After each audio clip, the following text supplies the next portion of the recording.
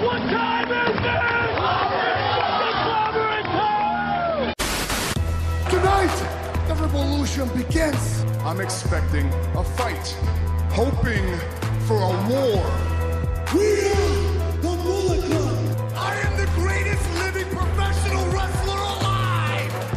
One by one, they will all follow me. Babu, realest guys in a room. How you know? Feed me more. Kevin, I know you have no respect for me. You also have no respect for this ring and no respect for what it means to be a champion. If I ever get an opportunity at that title, I promise you one thing. I'm going to take it from you and show the world that the big guy is nothing more than a weak little boy. Kevin, I'm not just some big guy. I'm the big guy.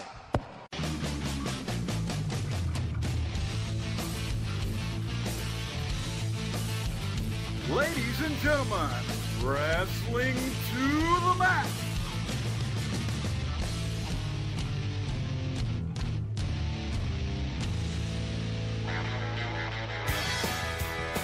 And your hosts, Gary Vaughn, Sean Garmer, and Paul Deezer. Yeah, running down a dream that never would come to me. Working on a mystery, going wherever it leads. Running down a dream. Well, certainly never going to complain about hearing Tom Petty to start this show. This is Wrestle the Max episode 161. And man, on the stretch of shows that we're about to do, we're going to be more like running out of gas. Wow. Yeah, you're not lying there, Sean. We're going to definitely stop by and fill up hopefully sooner or later because there's a lot of stuff we're going to be covering in the near future. But today we're going to be covering some great stuff that we're excited about, and we're kicking it off right because we got two big previews to talk about. We are going to be breaking down Night of Champions. That's right. It is right here. It is coming up this Sunday. We're excited about talking about it, so we'll be definitely giving you a preview for that. Plus, we're doing the Ring of Honor show that is coming up, and that is All-Star Extravaganza. We can't wait to talk about that as well because, you know, there's a lot of different things involved that we do enjoy. So, lots of big stuff, two big previews. Of course, we always talk Monday Night Raw and NXT. Don't forget, we got TNA Impact this week, and there is the battle of who is going to take control of TNA. Will it be GFW? Will it be TNA Impact? We'll talk about it. Plus, we got Ring of Honor in this whole thing. So we've got a great show coming up for you guys. Plus, lots of big news topics this week, including TNA's future and, you know, some very interesting things going on in the world of WWE. Finally have some clarity on that TNA future. Yeah, exactly. For a little while, anyway. Yeah, we won't give away too much till we get into it. But man, we of course, you know, have a great time playing fantasy football because we have a Wrestling to the Max fantasy football, you know, group that we're all in, and we love to play with it. Of course, a lot of you people listening right now. Oh, bless you, Sean. A lot of you that listen, you know, have joined our group and play with us, and it's a lot of fun. And of course, if you haven't had the chance to be with us, you know, maybe one year you'll get in. But man, it is a blast doing this. And of course, you had to get your lineup set up for this Thursday. And Paul, did you have any Denver Broncos playing in this game? I know they're your team. Jesus, I can't even remember who's on my team right now. No, that's okay. I don't think I do in this league. I know I do in the money league I'm in. I have Demaryius Thomas. Oh, yeah. Demaryius Thomas is a great player, but, you know, I think right now you're loving the defense of the Broncos more than anything. Not because of fantasy, but because of fandom. Yes. Exactly. I'm loving their defense. I got 24 points off of that defense. So... Yeah, that's great, you know, and, you know, Sean, I mean, you got those big points out of that, and, of course, you know, you got a chance to, I'm sure, you know, play a pretty worthy opponent this week in the W2M League. Yes, I do. I mean, his name is escaping me now, but, you know, I mean, I'm just Who am I playing, Gary? Since you're the one that apparently knows. I just thought you may know since it's your fantasy team, but I think we'd all have to look. That was unfair to put you on the spot like that. It really was. But we play in so many leagues. I apologize that we don't know the name right away. We play in 3 leagues for not only for 2 in this network, the W2M network alone we play in 2, and then of course the 411mania.com league we play in. So we've got a lot of leagues. I got to play Landon this week. Yeah, Landon. There you go. And let's see. You play. Looks like Harry. Oh, so I'm Harry. sure you guys will be talking about that on Sunday. Definitely. And Harry's whooping you right now. And Paul plays Glenn. And he, I guess, had Owen Daniels. He only got the 1.90. Just like I did in the F2F league. Okay. Well, go Glenn, Owen Daniels. Yeah. Hey, and Patrick and Chris, who will probably both be on the show, are playing each other. So we got 2 warring matchups going on. Wow. For That's when awesome. we all see each other again on Sunday. Yeah, for sure. So we got a lot to talk about when it comes to Sunday, apparently. Not just the Night of Champions or All-Star Extravaganza. We're going to be talking fantasy football, too. So be looking forward to that, people. Of course, like Sean just said, we will be having a Sunday night show that includes both those big pay-per-views. Don't miss it. It's going to be a lot of fun. So we'll talk more about that later. But, since we're on the subject of fantasy football, man, Paul, this is just a lot of fun. We love playing these leagues. But, sometimes you just want to be able to go out there and play a daily league and just get your things straight just without having to deal with all these leagues that you're stuck in, right? It's so true, Gary. And, football season's only just begun, but it already feels like the playoffs at DraftKings.com, America's favorite one-week fantasy football site where millionaires are being crowned all season long. DraftKings.com is a one-week fantasy website where every game matters and every play matters. Every touchdown, every big carry, and every huge reception could get you closer to being a millionaire. So fans, you got to hurry to DraftKings.com right now. Use that promo code SPREAKER to play for free for a shot at $1 million. And this week's Millionaire Maker event enters Spreaker for free entry now, only at DraftKings.com. Once again, guys, that's DraftKings.com. And, of course, if you want to make sure you get the spelling right, we want you to enter that code. It is very important. It is SPREAKER. There you go, everybody. Go into that code and get your chance for a free game to maybe win $1 million. So, well, guys, we definitely love talking football, but this is a wrestling podcast, and we can't wait to talk wrestling. So why don't we go ahead and hop on over to Quick Hits, where we like to talk big news topics, and we'll be right back with that. It's time for wrestling news. Quick hits.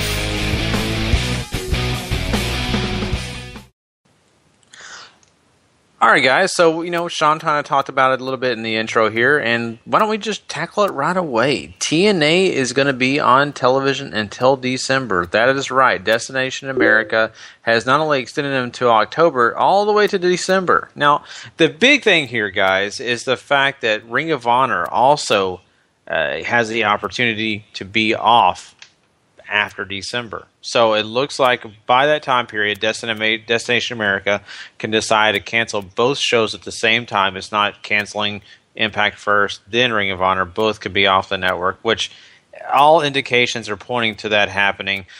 I just want to know your thought process on this. Is this Destination America just setting this up just so they can set them all up to fail? Or are they legitimately maybe giving them an opportunity to prove them wrong? I think it's a little bit of both. Obviously, I think Impact hasn't been doing what they thought it was. I don't think they think ROH was doing what it thought it was, but they only have themselves to blame so far because they keep moving them around and they don't advertise for them and whatnot, but whatever. I think with TNA, it's sort of a different deal because this is the one that they hung the proverbial hat on the hook for. This is one they're going with, and they brought in ROH to try to help them out, and nothing they've done has worked so far, so maybe they're just trying to give them that one last gasp for breath. Maybe they're just playing with them like a kitten with a ball string. Yeah, we'll throw you out there and then we'll bring you back, and then we'll throw you out there and then we'll bring you back. Yeah, I love that analogy, Paul. That's perfect. Yeah, and you know what? And there's another thing. That part of this, the fact that Germany and Austria, those all important overseas, groups that they're depending on, that they keep talking about. Oh, we have all these deals overseas. We're already seeing Germany and Austria already cancel Impact. And so it's just wild that this future seems like it's going around in a circle, and with everything Paul just said, it just seems like it is going here, there, and everywhere. Sean, where is your thought process on this? Well, for one, don't forget Australia already canceled them too, which is another big market for wrestling. So, I mean, when you think about it like this, I think this is just the exact same situation they were in with Spike. This is we're doing this so that you have time to figure out if you want to go somewhere else, because we're not going to renew you. This also screams to me, we did this on purpose so we can get rid of both wrestling shows at the same time, because they know that ROH does not work without TNA as a lead-in, pretty much, because ROH's ratings have not been that great at all. I mean, in fact, they've been much worse than TNA's. And this week, with them going against the GOP debates, good lord, their ratings were terrible. ROH got a total of 89,000 viewers. Lord almighty. I'm sure they are just cringing at those numbers right there. And TNA, 258,000 viewers, which is the worst in TNA history on Destination America. Ouch. Yeah. Oof. Those demo ratings aren't great either. I mean, let's not kid ourselves though. The GOP debate did I think some ridiculous 23 million yeah. viewers with a 5 demo rating, which is absolutely ridiculous. So, yeah. I mean, that is pretty scary. Yeah. I mean, I just, at least TNA has something they can point at and blame it on, right? I mean, that's probably what they're going to do anyway. But I don't know. I just, it really makes you wonder what's going on here. And, I guess Destination America figures, hey, TNA already has the tapes. We could just put them on. It's not like we're having to pay them anything different. And we'll just get them on and just let this thing run its course. With ROH, they're not exchanging any money at all. Mm-hmm. So it's just another avenue for ROH to air the show. So it's mainly just because they thought with a wrestling block they would do better, and they're not at all. And, like Paul said, TNA is the one that they brought in as their lead cow, and they have done not what they expected, and so, they're upset. And then also TNA apparently didn't tell them at all about the GFW invasion, which I can't imagine. I wouldn't have even extended them if I'm pissed that they did this whole storyline and didn't tell me. But, I still think this has to do with they feel like ROH is completely dead in the water without TNA there, and they just wanted to kill them off at the same time. Yeah, I can totally see that. I mean, it's not like Ring of Honor is just doing just terrible. I mean, they are doing terrible in the ratings when it comes to Destination America, but, they got other things going in the works. They just got a France deal. So they'll be aired in France, and that's great for Ring of Honor. But it just seems to me like, Ring of Honor is kind of in a situation where they're not really hurt by this whole Destination America thing. They're just there being a part of it. But TNA is really the big one here that is definitely losing everything. We just saw Jeff Jarrett unload the rest of his stock. His minority stock that he still had, he got rid of. And he's all GFW now. I mean, he's completely GFW all the way. What do you think about that, Paul? When you heard this news, do you think it's just business smarts, or do you think maybe he's just kind of saying, okay, here's my wiping my hands clean of this business, or this certain company, I should say, not business, company? Yeah, it's that second one. GFW looks to be finding its way, sort of. I mean, there's all these rumors that they're finding he's very close to a TV deal in England, which is something. And then if that ever, obviously it needs to make it here. But if it never does, you can probably still get away with a whole lot just airing in England. But yeah, it's him washing his hands. TNA, he's GFW now. It's what it's all about for him. So it's not surprising. But I'm sure whatever money he did get out of it, the whole $20 might help him out. Yeah, big payday, man. Yeah. You know, he went and ate expensive. He went to Popeye's Chicken, probably. You know, that's a pricey meal. That's steep, man. Yeah. But, you know, talking about this, I mean, it's just interesting. Everything's going in TNA, and, you know, and I hate to be like this, and it's just doom and gloom, and like we're sitting here hating on TNA. We're not. We're just explaining what's going on in the world of TNA. That's all we're doing here. And I respect the talent over there at TNA. I wish they were still be around. There are some great things going on when it comes talent-wise. Maybe not everything, you know, business-wise, but talent-wise, they got some great talent. But, you know, one thing that they are going to be doing that's a very sweet and kind thing that they'll be doing, and I think it'll be really nice, is they're going to be inducting Earl Hebner into their Hall of Fame. And, of course, that'll be the night before their big show, Bound for Glory. So, what do you guys think about this? Is Earl Hebner, you know, deserving? What do you know? And not only that, I got to ask this question. Does this matter if they're going to be out of business, June? Does it matter? Good God, no. Should Earl Hebner go in? I don't know. It's not like he's one of these polarizing figures in TNA history. Like, somebody on our board got it right. They should have done Mike Tenay. He's been there since day one. Somebody who absolutely deserves it. Mm-hmm. I mean, and it's just absolute stupidity to me. Again, it screams them like, we want to get in all these ex-WWE names we can. We even went as low as to get the head referee for WWE so we can put him in first. And just to, like, tell WWE they did it. I mean, how dumb is that? Like, if you're going to induct someone and you can't get one of your big original wrestlers, get your freaking announcer that's been there since day one. Not only that, but just, he's an iconic, like, I mean, maybe not as iconic as, like, Gordon Soley or JR or whatever, but he's still, like, one of those guys, when you think of announcers, I think you start naming off, like, 10 announcers, he's in there somewhere.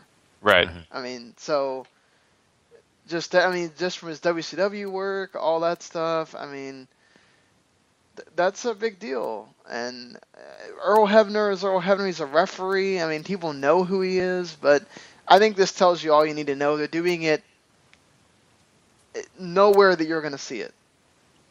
Mm-hmm. So, yeah, they'll have a little dinner, and then, of course, when you're watching the pay-per-view, they'll have a nice little thing for him. You know, that's about it. You know, they'll mention his name.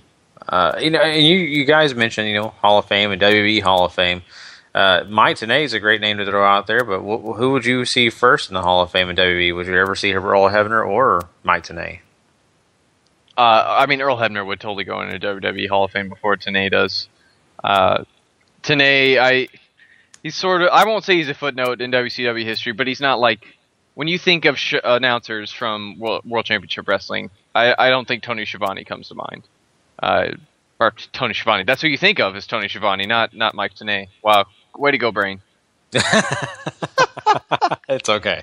I was about to get offended, think Paul, you think of Mike Tenay. I mean, he was called the Professor. I mean, for WWE, though, they've got so many other people before you even think about Mike Tenay. I mean, just... Not even... I think Michael Cole gets in it for Mike Tenay. I mean, just... Hell, JBO might get another ring as an announcer before Mike Tenay. I mean, just... There's a lot of people. I don't even know if Mike Tenay ever gets into WWE. If Mike Tenay gets in, honestly, he might not be with us anymore. Oh, that's sad. I don't know. Oh, what about Earl Hebner, though? I mean, he's not. Hebner, yes. I mean, but, when do you think he's postponers, or I can't even speak that word? Is he gone when they induct Earl Hebner? I don't. I hope not.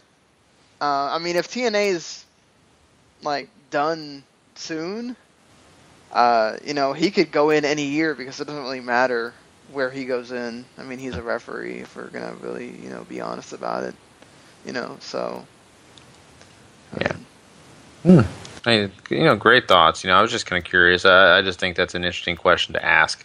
And since we're talking about, former talent, guys have been in TNA, of course, and the whole TNA situation, I do have to bring up some names here that maybe WWE is interested in. And one of those names is one of Paul's closest friends, EC3.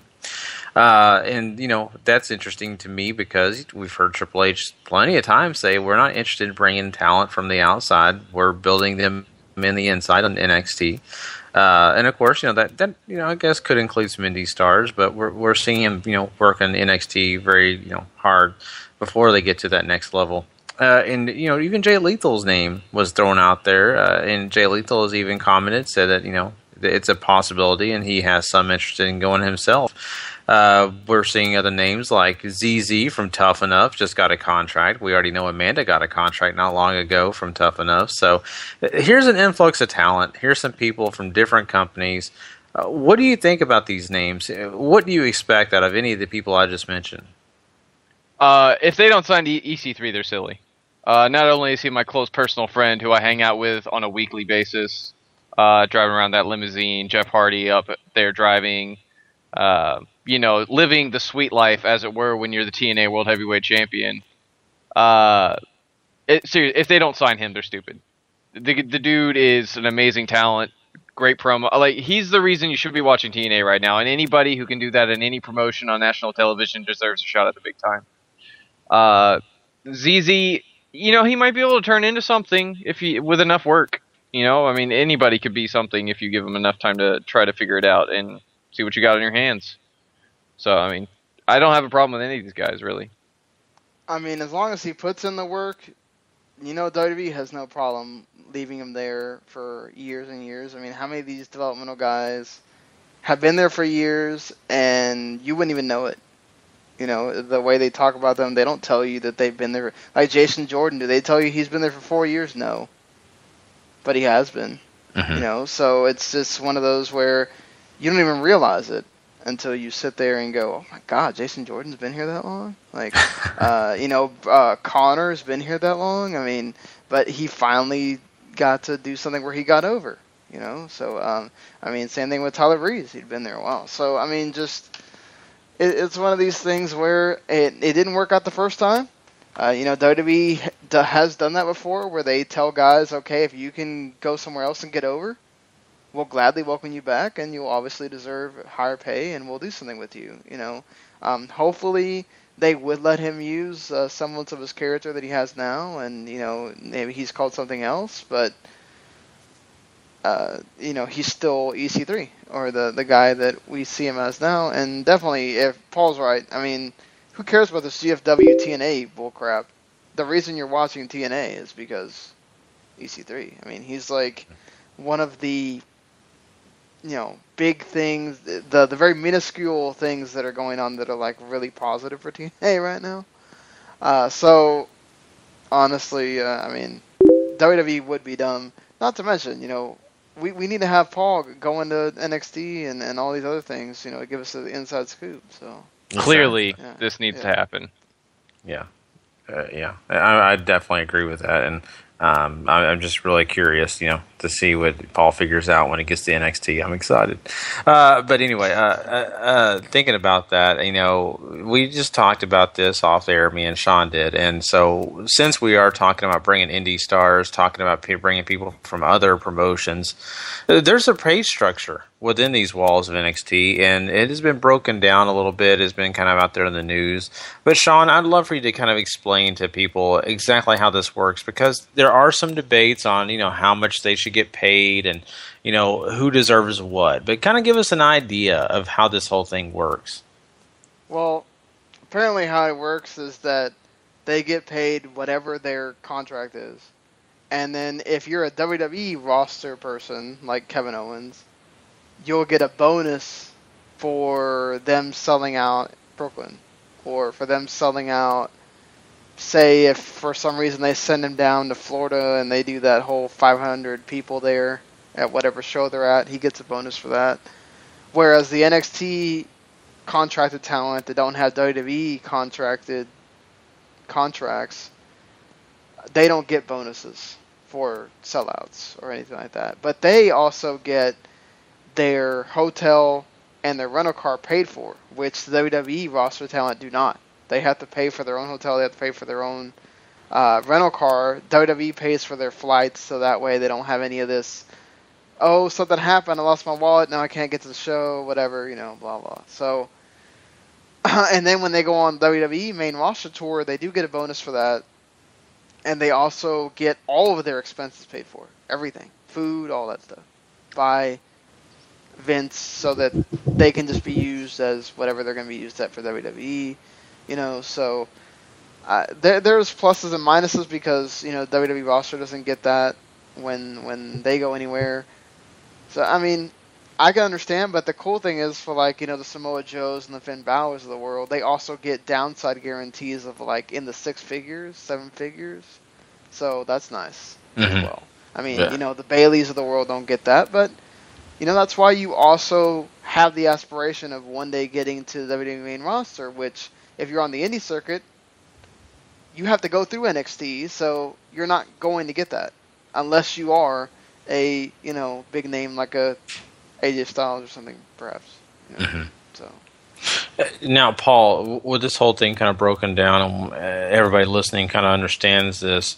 What would you be, or what would you say for a indie star coming out? Maybe they're a big indie star and they're considering maybe settling down and going to NXT instead of traveling and making money in Japan, maybe making money in other markets where they're making pretty decent money. Maybe they're the top star.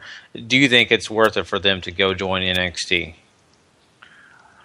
I think it depends on the person, and I think that's a really lame-ass answer too, but I think being realistic about your chances. So you're signing with WWE, even if you just want to do it for a while, just be like, hey, I work for these guys, then that's fine, whatever. Because obviously you're either not worried about what you're getting paid and you just want to be there. But if you're trying to make it to the main roster like all these other guys are, if you're just, doing whatever you can to get to that stage, be realistic about your chances. Because, like the Young Bucks, who I don't think WWE would ever sign, and I don't think would ever make it to the main roster and be successful. And that's not a knock on the Young Bucks, that's a knock on how the WWE would use them. They make plenty on the indie circuit. They're the shining example of how well you can do outside the WWE. AJ Styles, another example. But you like Moose. We'll take a Moose for example. If he wanted to sign with NXT, totally go for it because he's working, exclusively for ROH, who I don't imagine is paying him incredibly well, and even signing with NXT might be an upgrade. And he's been doing these little offshoots with GFW too, so props to him on that. But just like if you're a guy like Moose, who sky's the limit, totally a WWE mold guy, why not? Yeah, that's fair enough. And I think the same thing. And looking at talent, I mean, they've got to make those decisions based on their family situation, financials, and of course what their dream is. Maybe their dream is not about about WrestleMania. Maybe their dream's about just being a professional wrestler and having the best journey they can have. So it's interesting, and it's to each his own. Really, it's one of those kind of situations.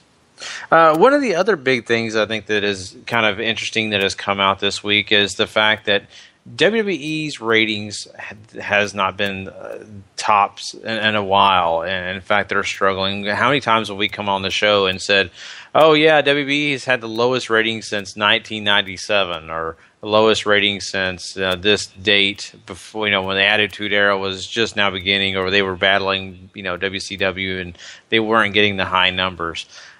This is interesting to me that now that they're in a situation where they're dipping low in the ratings, the USA Network, of course, is taking notice. Of course, the parent company, NBC Universal, they definitely take notice in this, and I think this possibly could have some repercussions, especially if Raw and SmackDown both are not doing great numbers.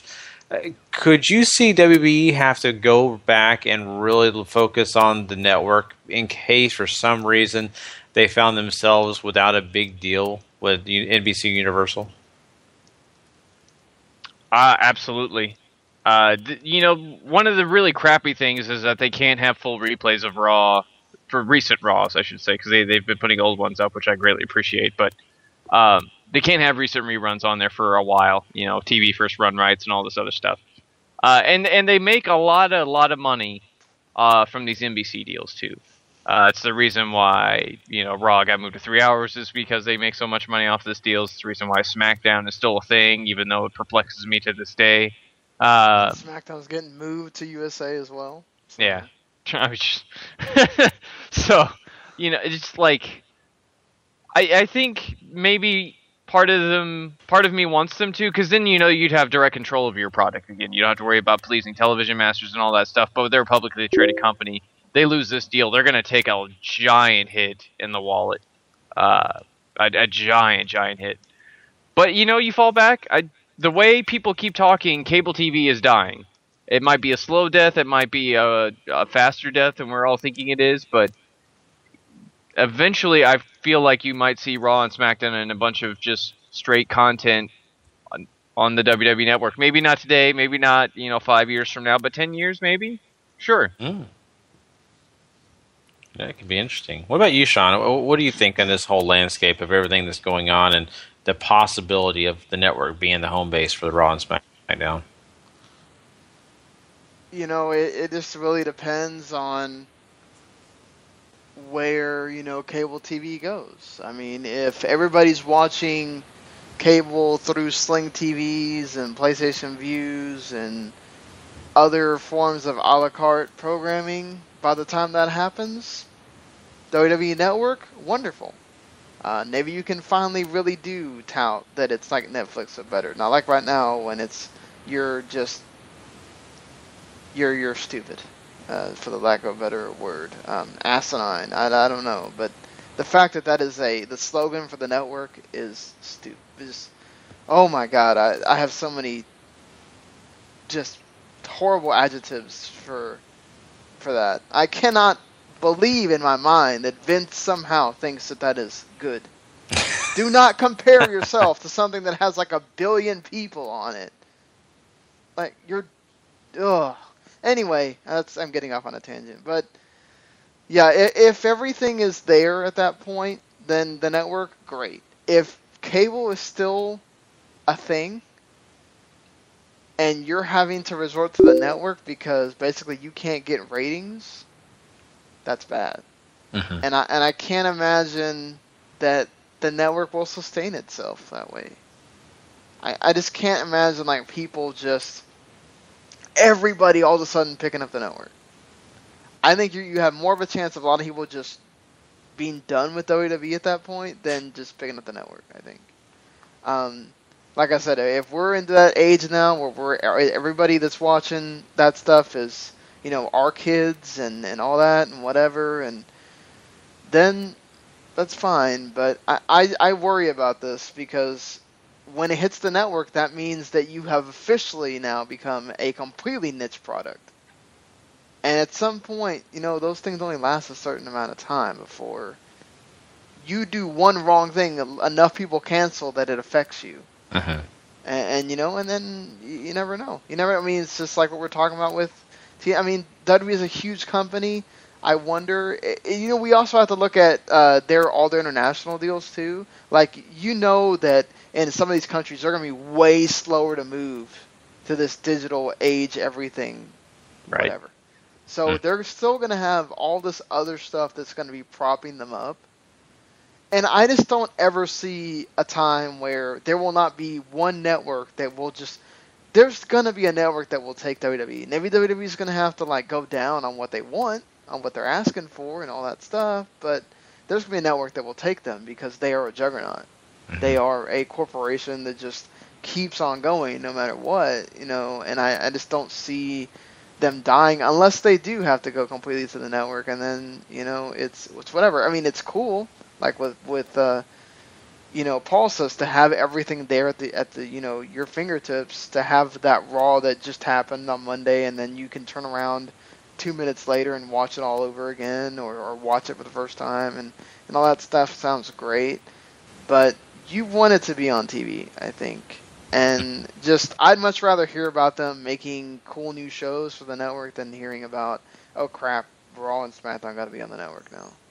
Yeah. I'm not going to understand that. I think that's a last-ditch resort thing. I think they're going to try to make as much money as they can and let the network be just another brand and part of their whole, thing. So I think for sure, we're going to see some changes. I think even when cable, if it does die like it's predicted, I still see WWE trying their best to make sure they're on any streaming service or do anything to partner with people. That way they're not left to their own device. I think they need other people, other media streams right at this moment, unless things change, I think one thing, though, they could definitely succeed with is if they did put Raw or SmackDown over, they could get away with things that they may not be able to get away with on TV. But of course, they're PG, so they're not going to do anything ridiculous, but they can also still have to have advertisers on the network. Yeah, exactly. So they're going to do that, but I think that they can also, maybe put some segments like after-hour segments or anything like that they want to put anything crazy in a storyline. Maybe have, I don't know, maybe you could have Dolph Ziggler on the internet and he runs into some pictures of Kana that he hadn't seen before. God. And that could be very interesting.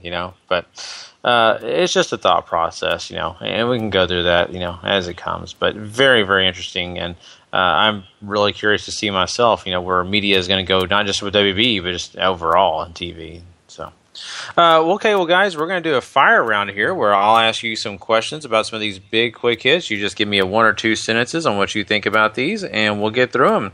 Okay, the first one on the docket, we have to talk about the fact that TakeOver is going to have a new theme. Of course, not all of them, but just this one in October. It is going to be a theme done by the band Bring Me the Horizons. So what do you think about this? Do you like each of these takeovers having maybe a special theme? I think I'm okay with it. Just, let's not go overboard. It's the same thing with having too many takeovers. Sean? That's cool. For it being, I think it's Bring Me the Horizon is a UK band. They're in the UK. Do it cool. Bring Me Horizon is also going to be, it's like a pre-order incentive for Rock Band right now, so that's going to make them a bigger deal too. So I think it all ties in and it's cool. I think you don't need to have that for every takeover, like Paul says, because then it's just. I'm cool with them having a theme song for every takeover. I don't want a live band there every time. It's right. Annoying. Well, guys, the 2 takeovers that we'll be having this year, the one in October and the one in December, are both sold out. Is this a good sign for WWE and NXT, or is this just a short-term thing? I think it's a good sign because this is clearly like NXT is way different from what it was a year ago. There's sure some of the same people are still around, but it's not like these amazing shows week to week, and you just can't contain how amazing the show is. So you watch NXT week to week now. Some of them are skippable. Some of the talent has moved on, so there's just not as strong a pool there. But it's still, NXT is still generating buzz. It's still generating all this. Yeah, so obviously it's good news. It's just, I wonder how long it will last now, unless they keep up this signing spree and bringing in these names constantly. Sean? Yeah, this is also obviously great. I don't know when selling out is a bad thing. So, this is a cool time for NXT. It's still new. This is the first time they're going international. So, if they didn't sell out, that would be the worrying sign, honestly, for TakeOver. Apparently, the tickets are going well for the other events. So it'll be interesting to see what the final numbers will be for all these other shows. When they go to Glasgow, when they go to Wales, all that. I'm excited for this because I want to see them be able to go to other places. Definitely. Global Force Wrestling has hired representatives to go around to different TV networks to try to get their show on the air in U.S. and, of course, in foreign markets. What do you think about this? Is this the perfect thing for them to do? Yeah. Expansion means good things, right? I don't think that means bad stuff for any business. Yeah. If this gets them an international deal faster, then go GFW. Ring of Honor and New Japan both are doing shows in Chicago, and it's going to be pretty interesting. Do you think that's the right location for both those promotions to go? Any place with a strong, smart crowd, New York, Chicago, Philly. I think you could get away with Florida now. I would like to say Dallas, but let's be honest here. L.A. They're going to Austin and over Dallas. Yeah, I know. Right. Los Angeles, places like that. Absolutely great places for Ring of Honor and New Japan to co-promote together.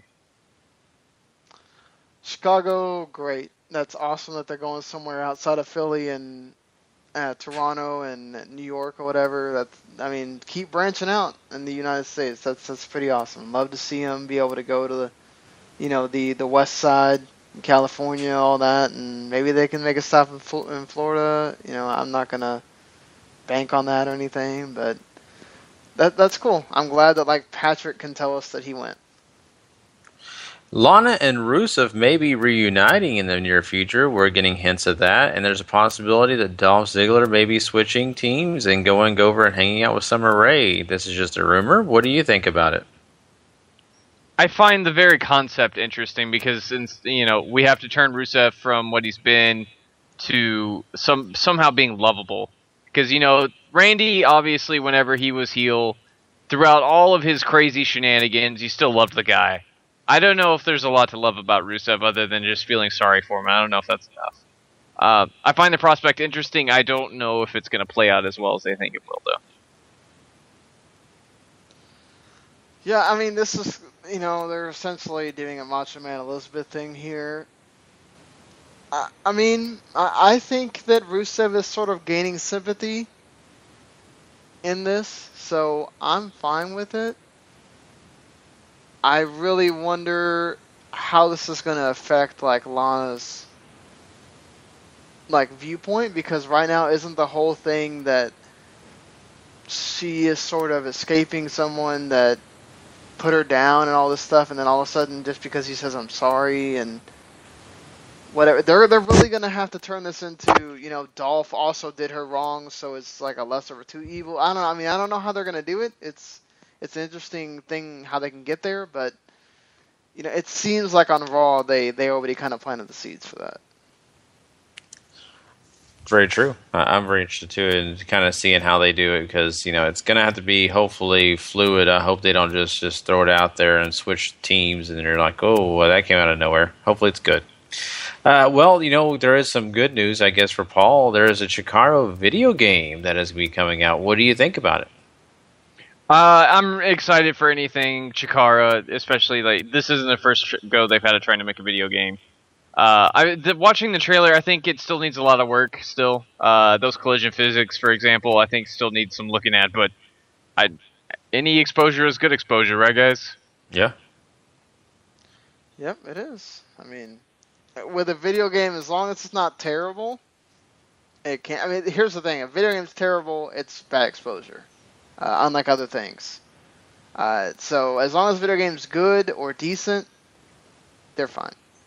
And it'll just get more people to know what the hell Chikara is, and maybe it'll turn into people actually watching it, and maybe subscription to Chikaratopia, and who knows what else. All right, and the last thing on the docket we have here is Roman Reigns, and there has been a rumor going around that maybe if Roman Reigns gets the WWE Championship around his waist, that he could be the next one to break a big record. That is right. It is a possibility. He is going to pull a Nikki Bella on us, and he is going to break CM Punk's record for the longest title reign for the WWE Championship. Do you think this is a possibility, and do you like it or not? I am okay with it if they can somehow make this feel organic.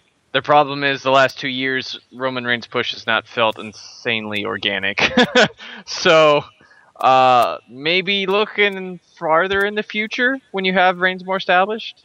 But you're going to have a tough job trying to top CM Punk's record. That's all I can say. Sean? Roman Reigns is really going to have to get over and also become a bit more interesting wrestling-wise in order for me to really go, okay, keep it for a whole year. To me, if somebody should break it, it's someone like Rollins, who every time he has a match with whoever it is, it's going to be great, or at least good. And that maybe he is a bit boring sometimes when they let him go too long on the microphone, but he's established. You know what he is at this point. Man, I just don't know if somebody like Reigns is the guy. I mean, like, there's a reason why CM Punk had it for that same reason, right? So, I mean, we're gone from the days of Hogan where you don't have anybody but that guy who can lead you. And, you know, even Cena didn't really do that. I mean, he got really close, but he never held it for as long as CM Punk. So, you know, I just, man, Roman Reigns is not the guy when I think of long reigns like that. Yeah, I agree. Yeah. And just, you know, to me, I think it's too early. I don't know. They didn't specify in the rumor that it had to be right now. But at this moment and this time, with his image and everything going on, I just don't think that, you know, it's the right time to pull something like that. A guy like Brock Lesnar, sure, because he's got that superstar, you know, powerhouse thing going on, whereas Roman Reigns is still not in that category. So that's just my personal opinion about it. Anyway. Well, okay, guys. Well, that wraps up Quick Hits. We've definitely enjoyed all these big news topics, but we got some big stuff to get into before too long. So we're going to hop on over to Monday Night Raw and get into it and break down the go-home show to Night of Champions. And then right after that, we are going to be giving you all our predictions for Night of Champions. So we'll be right back with that.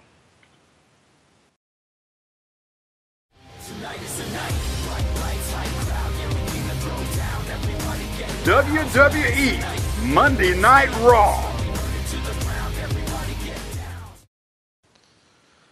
Alright, Monday Night Raw this week was live from Memphis, Tennessee, and it featured the first ever match from one Sting on Raw,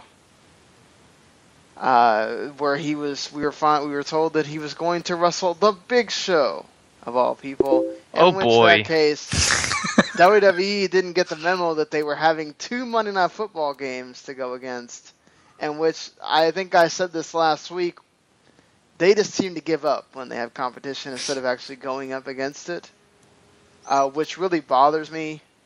You know you have football from before you even start until after you end. Why? You know, it boggles my mind. But, you know, we'll try to get through this thing. I mean, we just get basically the Authority running down some of the stuff that's going to happen on this show. You know, the Divas, the Big Divas match. Some of the matches that are going to happen on the pay-per-view.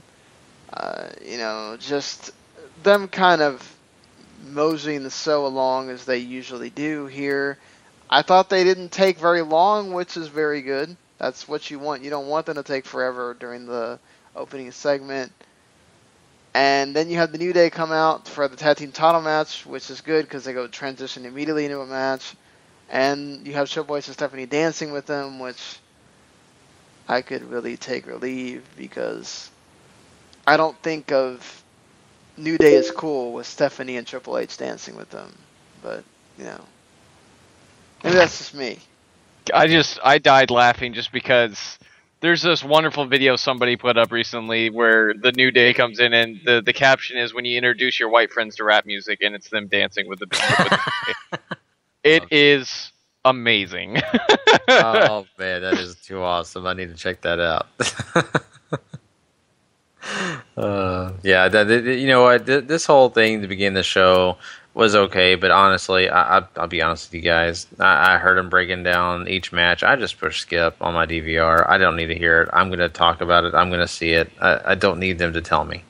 Again, we also need to remember that there are people that sometimes don't tune in until the one before the pay-per-view. So that's true. Even though the rating would indicate that apparently that didn't happen, but we'll see when they only have one Monday night game what happens. So true. Yeah. You know, it's when, I mean, I thought that at least they didn't take forever doing this, so yeah, you know, that's a plus. When we do get the tag team title match, which I thought was actually pretty good, I enjoyed it for what it was. You know, I'm never gonna get tired of Xavier on the trombone.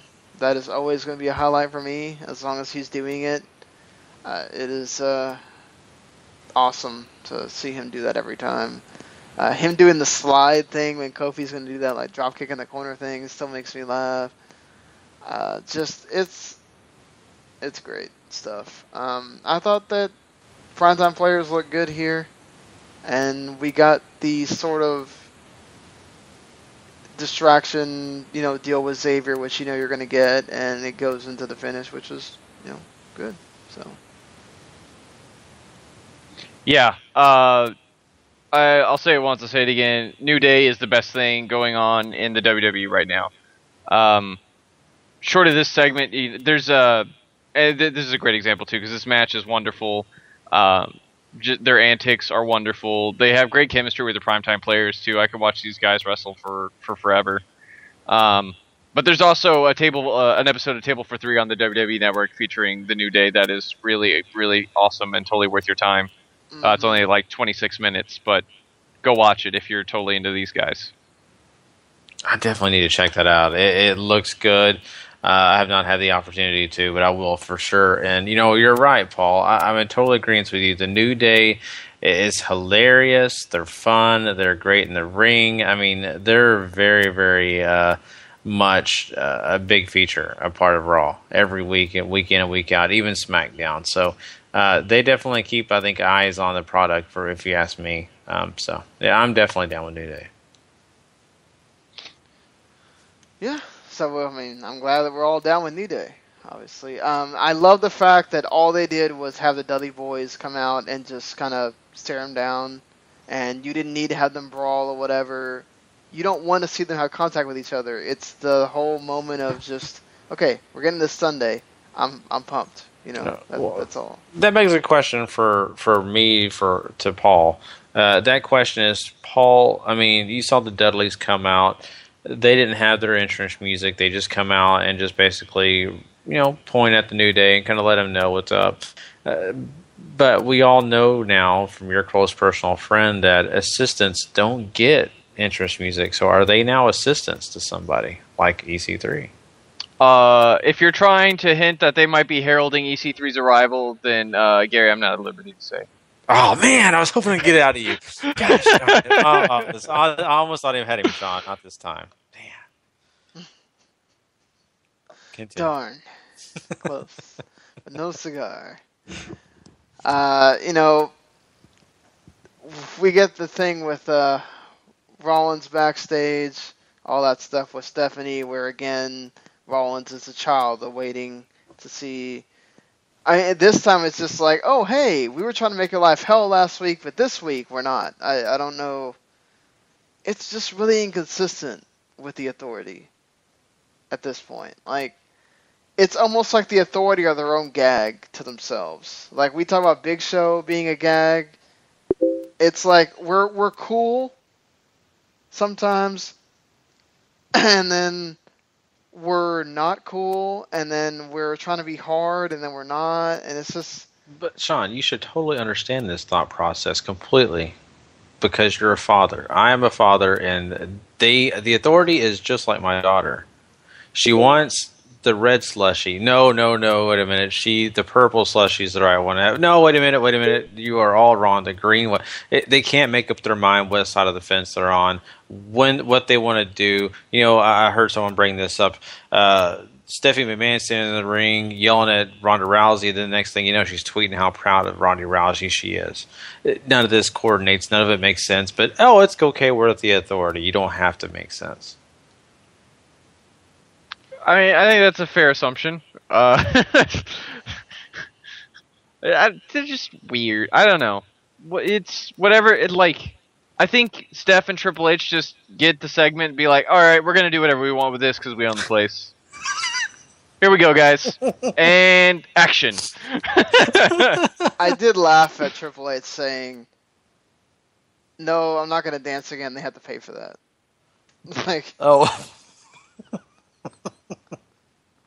I'm like, oh really? Maybe a point in direction of what he used to do in a former time in his career. So. I mean, like, I could just rewind this and watch you dance again. Not have to pay for that. I already pay for my cable bill. But yeah, I mean, I think this is yeah. So for some reason, Charlotte put jewels on her face. That's a thing now, I guess. I don't know. It was whatever. Flair is there. They have a cute little interaction there with each other. Father and daughter, all that stuff. She talks about how it's cool to do this in front of her dad and to break the record. And I thought she was actually pretty good here. She was less stoic than a lot of times she really is, and she's still I don't know what she's trying to do with her promos sometimes. She sounds really too super serious. And then of course you also have the figure of totally I don't give a crap next to you and your father, who sometimes we don't even know if he's totally there every time he's on Raw. So I don't know. I mean, it wasn't as robotic as sometimes it is, but there's still work there, I think. Absolutely. Here's the thing: when Charlotte is doing a promo with Ric Flair on screen, I feel like he's a comforting figure for her. And that's probably weird to say because we all see Ric Flair as this freaking guy who's out of his mind now. But that's her dad, and whenever she's cutting a promo with him, it just feels more natural. It feels more fluid. It works better. So I'm more in favor if Ric Flair's going to show up and it helps her sort of get comfortable. So long as it doesn't become a crutch for her, it seems to be, as far as relying on her dad's character to try to help mold her into something. Yeah, that's the only thing I have a lot of fears for is that crutch, and I'm okay, like you guys said. It's totally great. Her dad's there to help her and do all that, but I want Charlotte to be Charlotte. I mean, it's okay to have a hint of Flair, but don't be completely Flair. Be Charlotte. She has a lot of his stuff already. I know. She has the woo. Oof. She has the chop. She has the thing that he would do when he would start a match where she hits the ropes. I mean, she the figure 4 into the figure 8 thing, that's fine because she took what her dad did and made it better. Exactly. Or did her own thing with it. She does the doing it with Flair, taking her the last name, which is also fine. She basically took that and made it.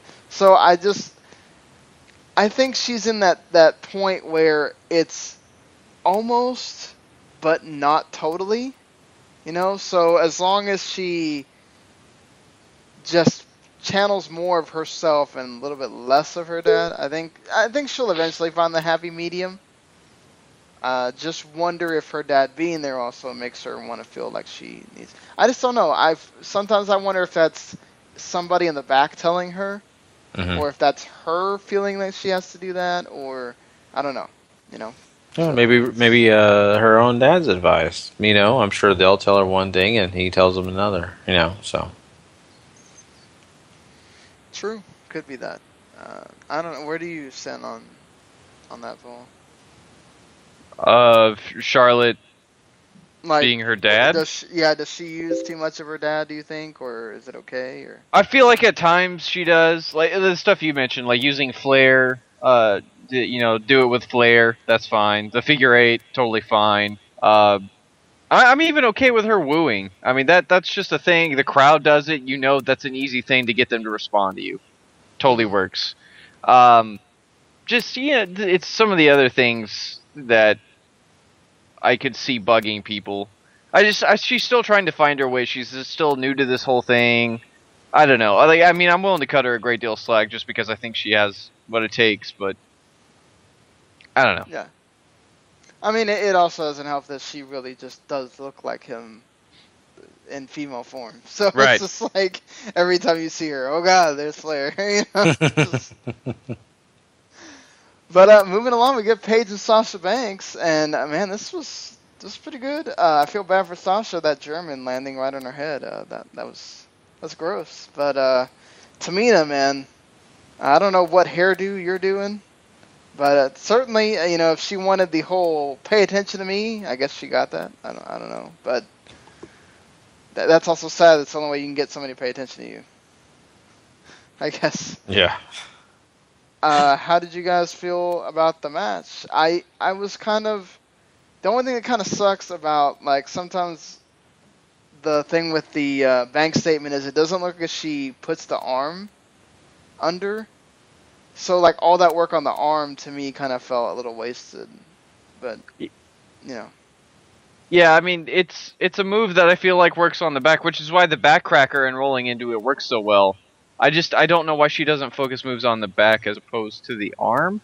Yeah, everything else was fine. I mean, this is another really good, like, much better Divas match than you've ever seen on Raw since, you know, before the Divas Revolution started. It's just, we're still trying to get to the point where we have a reason to care besides Stephanie told us to. Right, exactly. I mean, I'm glad that they were kind of having a little rivalry with them, and that the announcers made a point of that. But is it going to lead to something? I guess we'll have to wait and see what happens on Night of Champions. You know, I'm glad that we have other storylines going on with the Divas besides just the championship match, which is already a plus for the Divas Revolution or whatever. You know, so after this, where do we go from here? Where do we want to go from here? Because we did the Divas, so we might as well just go from here to the Divas title match, which, again, maybe not like so fluid, but we have Nikki working on the arm here for portions of the match, which I don't know why, because she doesn't do any moves that, you know, none of her moves focus on the arm. But, you know, it's whatever. So, the bigger point of this that I think some of us didn't see coming, obviously the outrage from the internet, I can understand. You know, we had even thought about, we all said on this podcast that we thought that it seemed like it was made for her to break the record. She didn't, you know, because they did the whole twin magic and Brie doing the stuff in her bra thing, and they really went hard with it. You know, they had Charlotte win, hold the title. Flair came out, you know, was there with her, and then Stephanie came out to tell everybody that Brie was the one that got pinned. And I mean, I don't have a problem with it because she's a heel. I mean, if there was any old school way to break a record, it was that. Like, I did it by cheating. Ha! Screw you.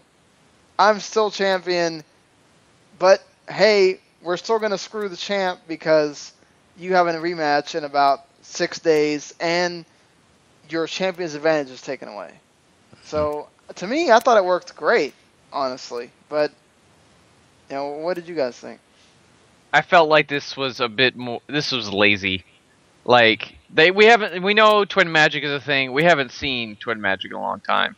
So here they go dusting off that, right? Which is, okay, whatever. Well, they did it. When was the last? She did the whole stuff in her bra thing not too long ago.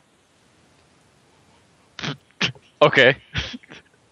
I'm just saying, they just did this. I think, like, wasn't it like at least a month ago or something like that? I swear it wasn't. Yeah, to be honest with you, I don't remember. I was just like, she did the whole stuff with her bra thing, just creates a whole lot of different pictures. Dolph Ziggler, have you seen those too? Huh? Yeah.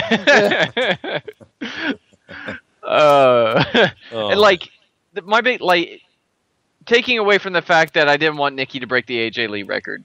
Okay, looking at this from a booking standpoint, I feel like you would have made their match of Night of Champions so much more interesting if you had Charlotte win and now you have Nikki trying to get it back instead of she beats her. I mean, the cheating's whatever. You know, that's heel thing. That's fine. But I feel like it takes away, because now what do I like? I don't know if I have a reason to care about Nikki and Charlotte now. But doesn't this, if you're a casual fan, doesn't this make you care about Charlotte more because she got cheated out of her title win like this? I mean, maybe. It feels lazy, and it feels like you could have gone a better route. There's something better to see through here than what we got. I can agree with you on the lazy part. I really can, because I kind of felt like, thinking about this whole thing, like, okay, well, they've done this before, like Sean said, this is nothing new. I would rather have her win or do something different than this. I don't know per se. I don't really have any ideas when it comes to this because I knew they were going to basically give that whole, the title reign to Nikki. She wasn't not going to get that.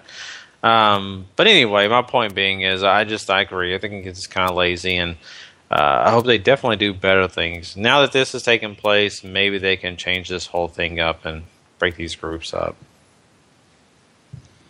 It seems like they should be going that way. After Charlotte wins the belt, there's really not a reason to have the groups. Right. At that point, it would seem very obvious that you would start breaking them up so you could have more of the singles feuds, and because they're all eventually going to be going for Charlotte. Even Becky and Paige are going to want a shot at her. Now, you can do the whole babyface thing, and, we're going to do it for the competition, and best person wins, and whatever, but honestly, those are sort of boring sometimes. You want the personal feeling, the feeling of that person really wants it because of this, and that person really wants it because of that, but I don't know. I mean, the team thing, honestly, they cannot think it has much more length after this. It can't. It's already wearing thin as it is. So, I'll give them credit. The match was good for, what they gave us and everything. That's cool that they gave them the time and all that. But we shall see what we get at Night of Champions. I guess if they give them more time, or there's going to be hopefully no shenanigans on that one. I'm sure there still will be, but they really need that match to knock it out of the park. Like, we need an NXT women's main event level match here. Mm-hmm. Agreed. Yeah, it just worries me. I don't see it happening, but you're right. It needs to happen. So one of the things that Rollins and Triple H talked about in that best segment was that the way that Cena and Sheamus are going to take care of each other is have a match against each other. Look, this is sort of in the Orton and Sheamus territory for me. They can't really do anything wrong. This was actually pretty good. I had no problems with it. Just it's Cena doing his thing where he just kind of he's going to win, and it happens, and it's there. I don't know. It's there is the fitting term. It was a thing. It happened. It's not doing wonders for Sheamus. I'll tell you that much. What really has done wonders for Sheamus, even that Money in the Bank briefcase, has just been so, I don't know, dead weight on him. I don't know what they're planning on doing with Sheamus or what, but right now, at least in my eyes, I'm sure there's lots of people listening right now who are like, what are you talking about? Sheamus is awesome, or we hate Sheamus, or whatever. For me personally, I just have not seen anything interesting with Sheamus. Why? Because he's been hanging out with Randy Orton every match. So I just want them to do something different. And adding him in this situation does not do him any favors. Paul's exactly right. I just don't understand why he's the one who had to get put in that situation. Yeah, well, trying to make sense of things that WWE does at times is, it's you're gonna be here a while. Trying to make sense of all that, so True might that. as well not even bother.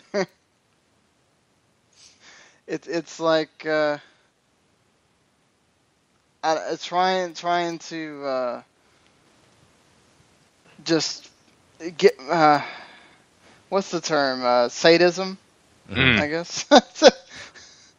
That's what it feels like sometimes for me. Just, why am I going to kill myself to try to figure out why this works? Just, whatever. I think I'll start on world hunger and then work my way back to that. Whatever works for you. Okay,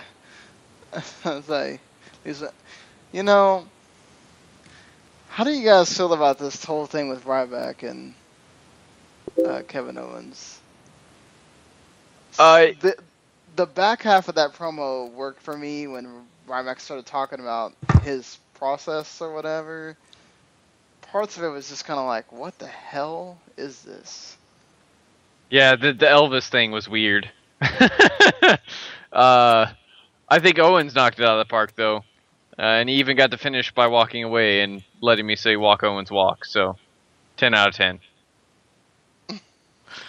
Yeah, I mean, I think it was pretty good. I mean, Ryback did a fine job. Didn't have a problem with it. You know, they got a little personal with the book stuff and all of that. But, I mean, overall, it was interesting. And, you know, I'm let's just be honest. Kevin Owens is already growing on me. I like him a lot. So, I mean, having him involved in this feud, it doesn't hurt. So, I'm enjoying it okay. Yeah, I mean, no, I mean, it's a good feud for Owens. I mean, I'm glad he's going for another title, and it makes him seem important and that he matters and all that stuff. I mean, it's going to be interesting, you know, the match and everything, too. I want to really see that. But, I don't know, parts of this promo was just off to me. I don't know. Did anybody else get that? I mean, for me personally, I'm right there with you on that. I mean, parts of it were kind of off, and it didn't have the structure I think it could have. But, I mean, I think when you got towards the end, it was good. But you're right. There were some spots you're kind of like, huh, okay. Yep, Ryback, you're just kind of meandering again. Right. Plus, he still has times where he sounds like, these are my lines. I am saying them. And... yeah, I'm trying to add in some personality, but this is so shitty that I just can't. So, I'm almost gonna like make fun of WWE and say them in such a robotic way that maybe they just stop giving me this bullcrap. I don't know. Mm-hmm. Maybe that's wishful thinking on my part. Maybe. Hoping that one day they let them just go out there and sound natural, perhaps.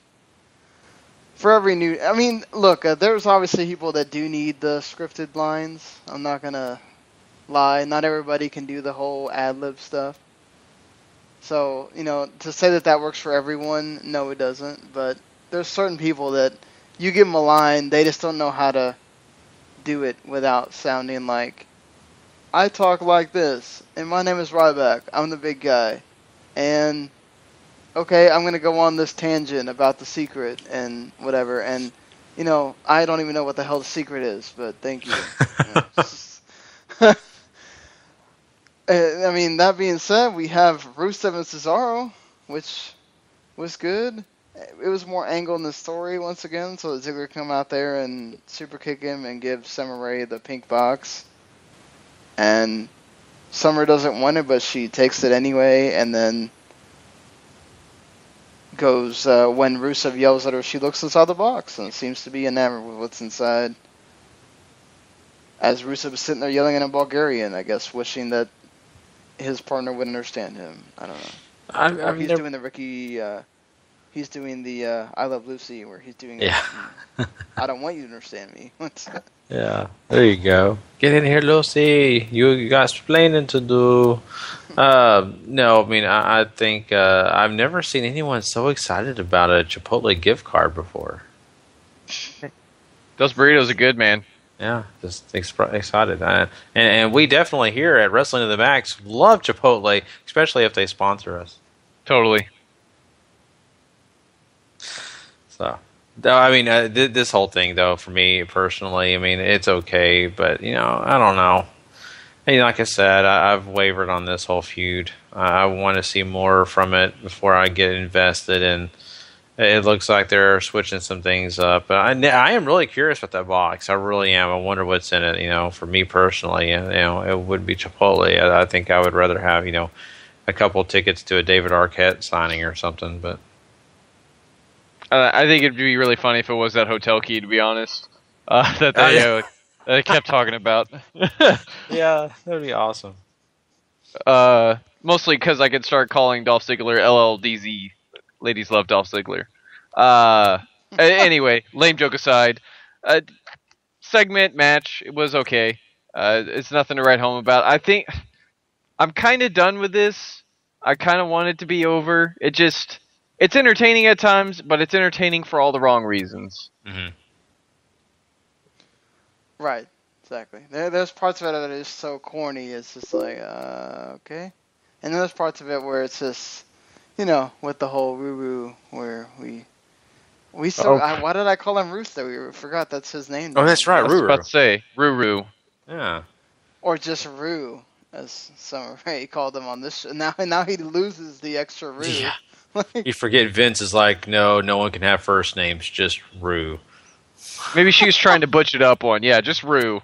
Yeah. Somewhere, the Winnie the Pooh character is rather upset. Oh, yeah. Gimmick infringement. We spelled it differently. Yeah. Don't care. So, no. To me, there's only pieces of this, like Paul said, that I'm interested in, and honestly, most of them are not here. They don't even show the things I'd be interested in seeing, so.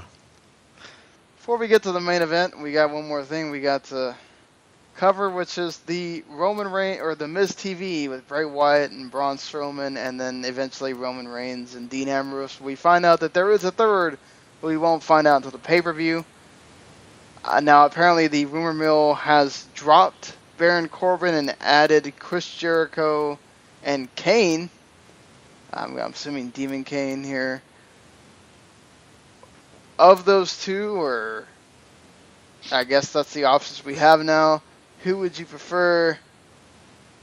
And what did you think of the whole Miz TV deal? Miz TV I thought was pretty meh. Kind of funny at times, but other than that, just I think skippable, which is a good way to sum up the show. As far as mystery partner, I'm really on board with Jimmy Uso, to be honest. I kind of hope that happens. Short of that, though, Chris Jericho is always a welcome sight on my television screen. So, yeah, it's no secret. I'm a huge Chris Jericho fan, but if it's not Jericho, if it's not Kane, even Jimmy Uso, I think the one person I would really lean towards it being maybe the RVD. I can't see RVD. That'd be really crazy. Yeah, that could see, maybe Dean Ambrose or someone say, we need someone extreme, someone who'll go out of their way to be, wild and out there, and someone who'll do anything. And yeah, I don't know. Just a thought. I don't know. It is a thought. I mean, Kane makes sense. They have history, and Demon Kane and whatever, and then maybe you can put that into going back into a feud with the Authority and Rollins, but on the good side. And you finally get that, not that we wanted it, but the match that made sense a long time ago, Kane versus Rollins, with Demon Kane there, so, there's that, I guess. I mean, I could see it happening also because Ambrose was wailing on Kane for like a long time that he was, the Authority's lapdog, that he needed to be back to being the Demon Kane, so Ambrose kind of recruiting Demon Kane is logical, in a way. Mm-hmm. I mean, Jericho also has history with Wyatt, too, so. I don't know if I'm ready for Kane to come back. I mean, Kane was actually getting, variable there towards the end. I didn't mind Kane so much. I mean, but it's just whatever. Yeah, I understand. Teach his own. It's not one thing that's going to move. I don't think it's going to move the needle one way or the other. So. Mm-hmm. No. Zeb Coulter would, but no one else right now. Truly. Yeah, they'll just have Mr. America, so. There you go. Yeah, I'm fine with that, too.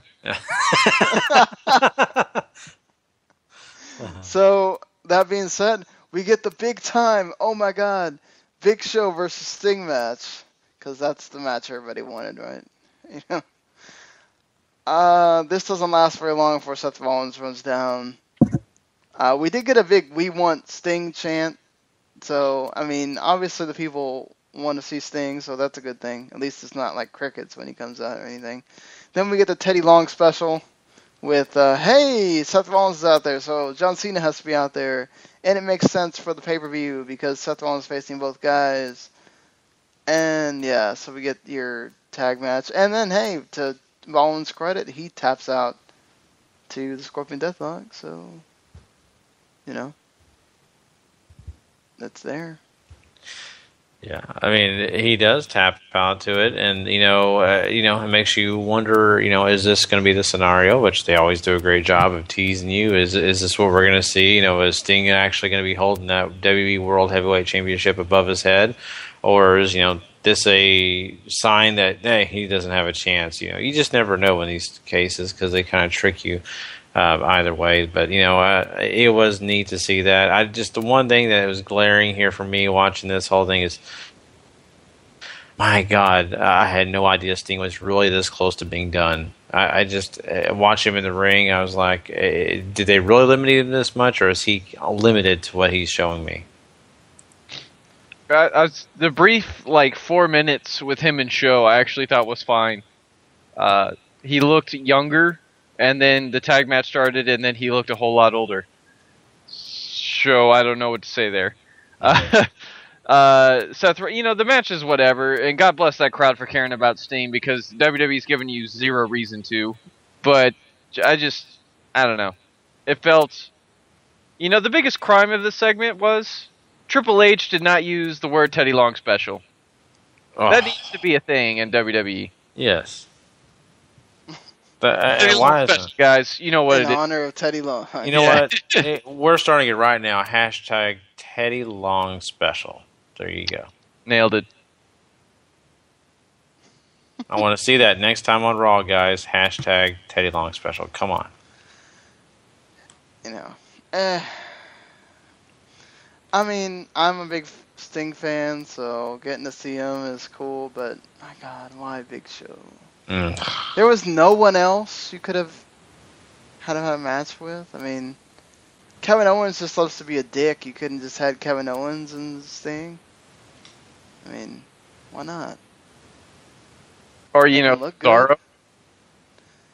Cesaro would have been weird though, because you're trying to do something with him, sort of. I don't know. That would have just been really random. I think they were trying to punish Sting. Like Kevin Owens wouldn't have been random. I mean, at least Kevin Owens the heel.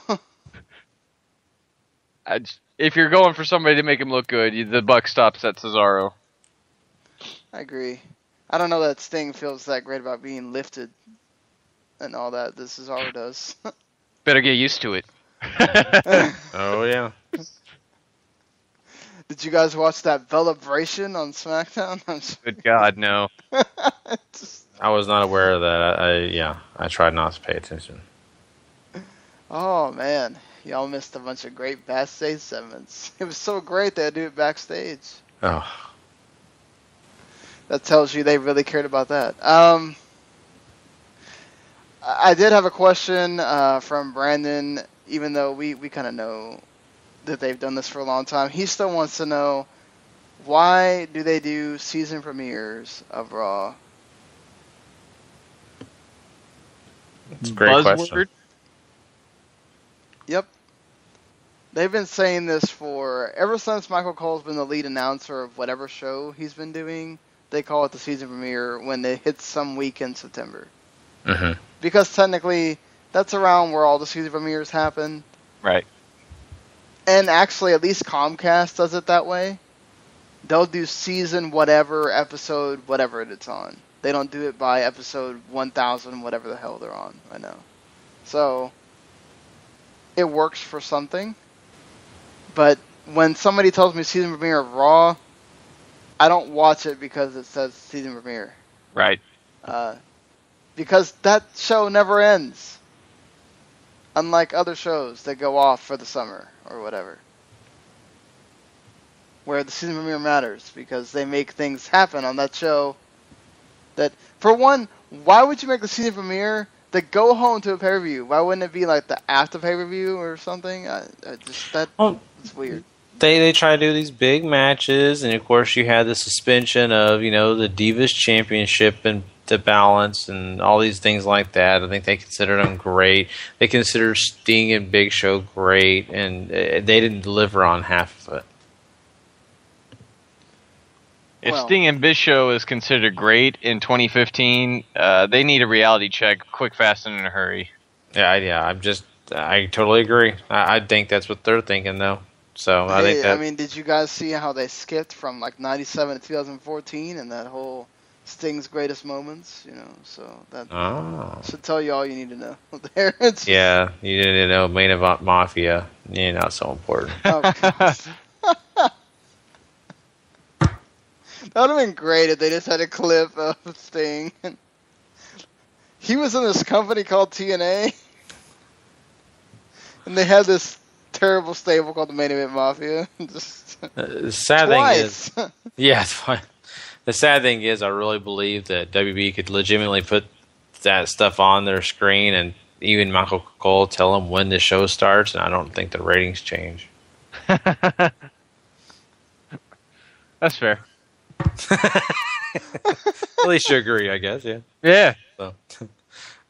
So, what are we rating this thing this week? I think New Day saves this from being a Teddy Long special. 5. 5. Yeah, 5 sounds good enough to me. Somebody call Big E. Give it a 5. As long as I can see Big E do his dance. Oh, yeah. I got a little nervous in that camera shot, though, because they were zooming in, and I really thought they were getting a little too close to a certain area. And I thought of David Martell right away. And then, oh, God. Yeah, so, anyway. We'll have to get that GIF and send it to David. Do you, so, Garrett, I need to know, do you whip or do you nay-nay? Oh, man, I have to say I'm more into the whipping, but I'm not into 50 Shades of Grey or anything like that. Just saying.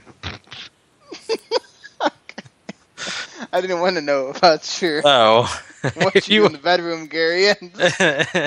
If you want to know that, check out Wrestling of the Mex After Hours. Get in depth. That show exists. Yeah. In Gary's mind. Yeah. Don't go there. So anyway, well, that's Monday Night Raw, guys. We have a lot of fun. That was for such a whatever that was of a go home show. We had a lot of fun doing it. So I really, I'm glad we got a chance to talk about it. But now it is time for us to talk to Night of Champions, and it is time for us to do our predictions. I am very excited about doing this part of the show. So we'll be right back, and we'll be doing that. No, we won't. Because you don't have music? I forgot to get that. Don't worry about it. Let's go. That's no problem. So we won't be back. Just to let you know, Night of Champions, at least the Wrestling of the Max predictions are sponsored by, guess what? That's right, our favorite game, Math Tumble. We just want you guys to know to go check out that game. It is a blast. You can find it on your Android devices near you. It's a great game which involves math, and of course it's for everybody. It's not just for kids, it's for adults. It's for people who want to learn math, and not only that, have a good time doing it. So go check out that game, and not only that, go check out their other games. Luby Lou is the name of the developers' design design network. So we'll definitely get you guys some stuff on the website to let you know where that website is, and we'll put it on our Facebook page. But anyway, all right, let's do Night of Champions, and we will talk about the show's kickoff match. I believe they have a kickoff match. Is this six-man tag a part of the kickoff, Sean? I did not hear. Yes, it is part of the kickoff. All right, so we got the Neville and, of course, Lucha Dragons. They're going to get a chance to face off against Stardust and, of course, his new friends. Of course, you know who they are, the Ascension. So this is a very interesting. I mean, of course, you would never know by watching Raw or anything. Right. Yeah. Except for on this episode. Exactly. So, I mean, what do you think? The Cosmic Wasteland. I didn't use their name, but that's just, I don't know. It's okay. But anyway, okay, it's a dumb name. You can I just thought that's weird. Anyway, okay, so quickly, who do you have winning this match? Neville, Lucha Dragons go over. I had the Ascension quickly join the Cosmic Wasteland and then got beat by Ambrose and Reigns the very next time they showed up on television. And they didn't even mention the Cosmic Wasteland. That's where we're at with those guys. Wow. Yeah. Yeah, this is faces winning all the way. You're sort of, oh, this is a match so that we can get people excited for the show, kind of thing. Mm-hmm. Woo! Something we can fast forward. Okay. Which I guess, with Neville on it and Lucha Dragons, you can never go wrong in that direction. That's true. They will certainly excite you. Yeah, I mean, the wrestling will be fine. It's just there's no other reason to care about it. Mm-hmm. You throw El Torito in and I'm sold, but he's not there. So, let's start this show off right. Let's talk about Seth Rollins and John Cena for the WWE United States Championship. Excuse me, I was fast forwarding until 2016. So anyway, what do you think about this U.S. Championship and who will walk out victorious? There's a very large part of me that wants to say that Seth Rollins will somehow magically keep both belts. I don't think it's going to happen, but I'm a dreamer, and you got to respect that. So, Cena goes over here, begrudgingly, I'll admit that. I really dig Seth Rollins with both belts, but I feel like if you're going to use the U.S. title to its maximum, give it back to Cena, let him go back to doing the open challenge, and let him drop it to somebody who could use the rub. I agree with what Paul said. This seems destined to go back to John Cena. I don't see Seth Rollins really wanting much to do with that belt. I mean, his main concern is keeping that world title right now, so as it should be, honestly. John Cena seems pretty intent on winning that title back, and you want to keep elevating it. You want to keep making it feel important, and when Rollins has had it, it hasn't felt important. So, something to be said for that. Gary? I think we lost him. Oh, man. Why, Skype? Why do you do this? In every show now. Why do you hate us? Anyway, we move on to another match on the card here. The tag team title match. New Day versus the Dudley Boys. This seems like if the Dudleys win it, then I don't know what you're really going to do. It makes more sense if you have the Dudleys chase, because there's really no other tag team that is on the New Day's level at this point. I mean, I agree with you to that point, but I feel like the WWE is going to put the belts on the Dudley Boys. They've steamrolled their way to this point, and I feel like they're trying to do what they did with the New Age Outlaws, but you have a better tag team to do it with at this point in time. With the Dudleys, they're still in shape. They're still able to work good matches here. So I think you have them, and you let the rest of the division try to catch up and chase them on their laurels. So Dudley Boys, I think, will take the belts here. That makes me sad. Yes, it makes me sad too. But I'm just trying to get in WWE's head, and that seems like a thing they would do. The New Day are the best part of your show. Why? But hey, at least they're important enough, I think, that they'll be okay without the belts. Yeah. Whereas I think before we would have, when the primetime players won it that first time, that's when we were scared that they wouldn't be. So. Right. Intercontinental title match: Ryback versus Kevin Owens. You think Kevin Owens wins it on his first try here? I think you do, just because I think it's a more interesting story to have Ryback or Kevin Owens cheat to win here, and then you have Ryback trying to overcome all the odds of trying to get the belt back against Kevin Owens. I completely agree with you on that end, that it makes no sense to if you want Ryback to be the face in the situation and actually get something out of this where you can continue to build this story and you can keep having Owens egg him on and do all this stuff, the best way would be to Owens win, like you said, and then you have Ryback win it back eventually. So, I think that I hope that that's what they do. But I'm not going to discount anything happening here because this is still WWE. Right. And I think Ryback's going to win. No, wait, I take that back. Kevin Owens, I think, will win. Yeah. I think that, you're right, Sean, on that. I think Kevin Owens winning would be the smarter move on this one, and I feel like Ryback has had it long enough. It's not going to hurt him to lose this IC title that quickly. You know, I think he's had it for I don't know how long. What 4 months? Is it something like forgot, that? Honestly. Yeah, it's kind of hard to remember. So, since we kind of talked about some title matches, I guess we should move on and talk about another big match. Now, this is a match with a mystery person going to show up. Dean Ambrose and Roman Reigns are going to have their mystery person show up and help them face off against the Wyatt family. So this is going to be really interesting, especially if the superstar that shows up is a surprise talent or a talent we've already mentioned. But give me your winner and, of course, who you really believe will be that mystery tag team partner. I think no matter who it is, the Wyatt family wins here. They really need it. Otherwise, what's the point of bringing in Braun Strowman here if you're just going to have him lose? I'm sticking with Jimmy Uso. I'm going to ride that train into the ground. But I'm probably wrong. Sean? I'm going to say Kane. I don't know if you... Do you really continue this after this month? I mean, what else can they honestly do? I mean, what's next? I could see them doing some sort of like 6-man Hell in a Cell. Oh boy. So maybe Kane or maybe Wyatt's win, and you ended a Hell in a Cell. Okay. I mean, I'm the only one that sees that could be a possibility. I mean, I don't know. I guess it depends on if all the turn talk is true. Because if it is, this would be a great time to do it. Yeah, true. Of course, there was turn talk at the last pay-per-view too. Yeah, that's true. Somewhere in there, they're going to get it done.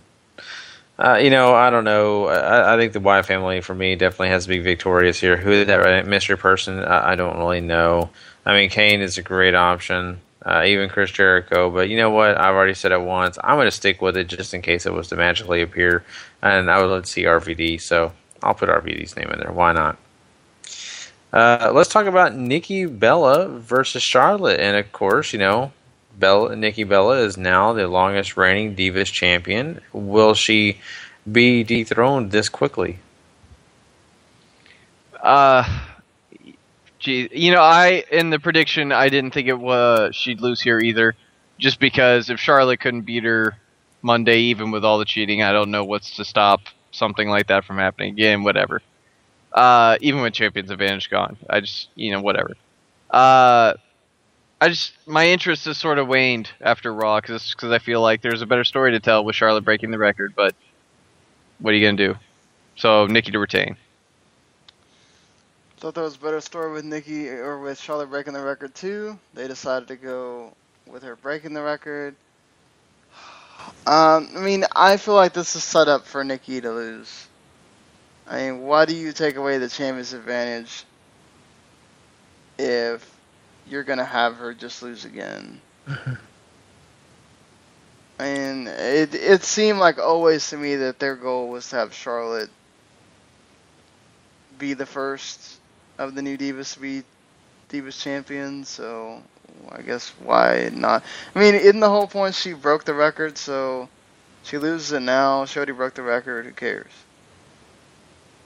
Yeah, that's what I thought too. And that's partly why I have Charlotte going over here and winning the Divas Championship. And I think partly it also has to involve them breaking up that group, especially the group Charlotte's in, because of the fact that you've got Paige and she's been a big part of that group, but she's also been a former Divas champion, and so you got Becky Lynch who desperately wants to taste the gold too, and so I think that breaking them up would be a perfect time, and sooner is better than later. So that's why I want Charlotte to win this.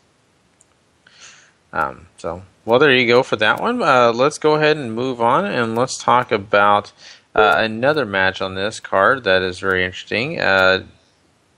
We didn't talk about. Did I mention Lana and Ziggler and Rusev? Oh, no. Yeah, I completely missed that one too. Yeah, so we got, let's say, Dolph Ziggler and Rusev will be facing off, of course, with their ladies and follow.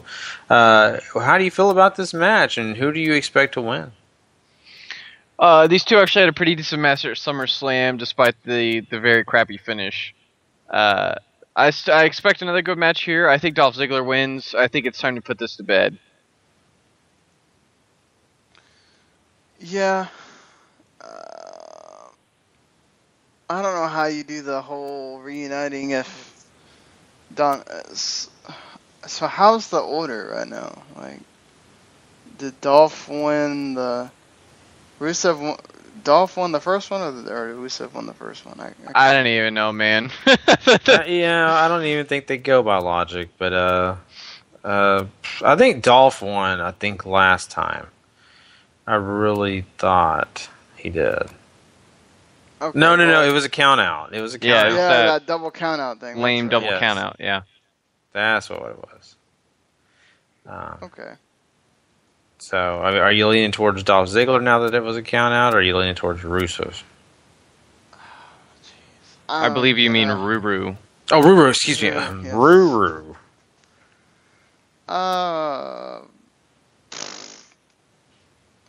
Whatever. Dolph Ziggler. All right. I got Dolph Ziggler as well. I feel like that, he'll be victorious, but I don't think this is the end. I think you're going to see more to come. The New Day. Everybody loves the New Day, right? So we're going to get a chance to see them in this. And, of course, they'll be facing off against the Dudley Boys for the Tag Team Championship belts. Did the Dudleys add another award to their belt list, or do they not get the belts this time? We did this while you were. Oh, did y'all already do it? Out your thing, so okay. You need to pick your. I will go with not the Dudleys. I will go with New Day. I went with New Day too. Paul went with the Dudleys. I sure did. Oh, good. I like that. Brave. So it looks like we got a lot of these out of the way, and it looks like I feel like we're the brave ones. So. Oh, okay. Okay. I just don't think it's time yet for that to happen. I think they'll eventually will win them back, though. Then let's move on to, I think, our main event. I think this is the last thing we have on this card, and that is Seth Rollins facing off against Sting for the WWE World Heavyweight Championship.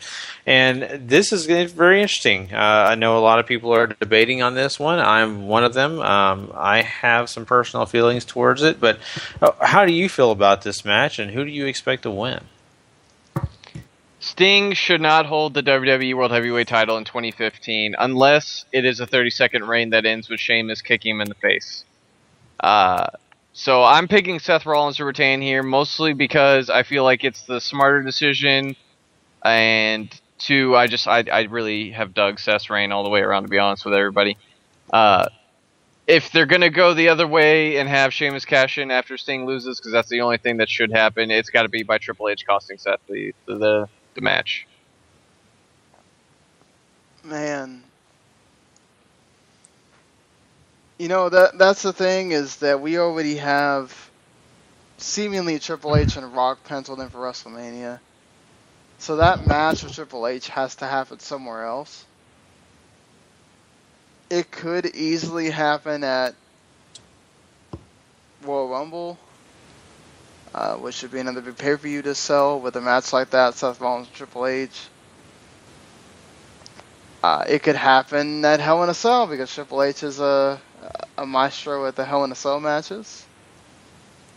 And they have a lot of history, which would help actually sell a Hell in a Cell match, which would be pretty interesting. I'm gonna go with the route that Triple H does something that costs Seth the match, and yeah, Sting will win, and Sheamus cashes in or something.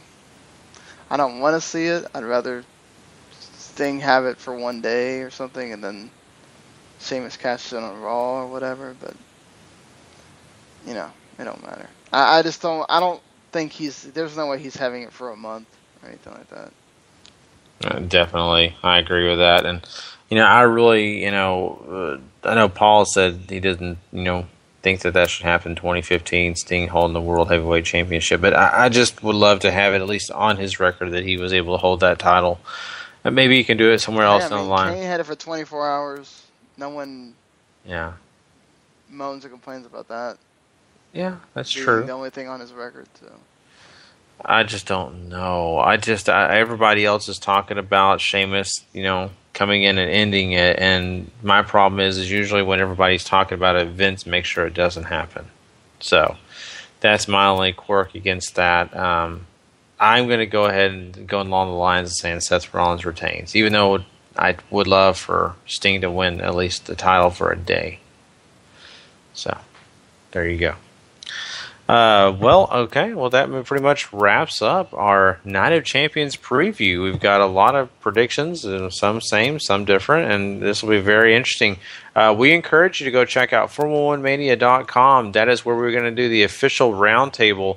We're involved at roundtable. It's a lot of fun. Sean runs it, and so we want you to definitely go and check that out this weekend. You're not going to want to miss it. Lots of great opinions.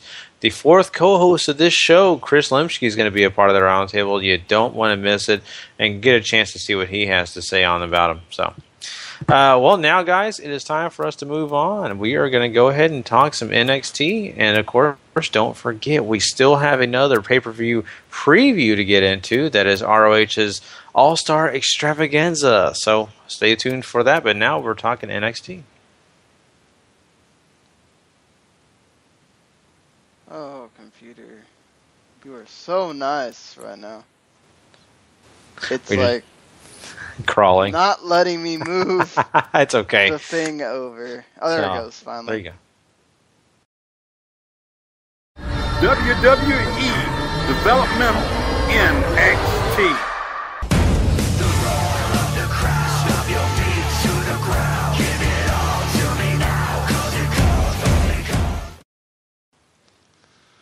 Alright, NXT. Pretty much we start out with the whole big deal from last week where Tyler Breeze kicked Bull Dempsey in the face for losing him his chance at getting that Dusty Rhodes Tag Team Classic victory, or at least he blames Bull Dempsey for it, for them losing to Ciampa and Gargano. But before, Breeze can see who, he finds out his opening contest against Adam Rose. But he's not the Adam Rose. Remember, he is the party pooper Adam Rose, where he just literally, Paul must have loved this because he said poop so many times.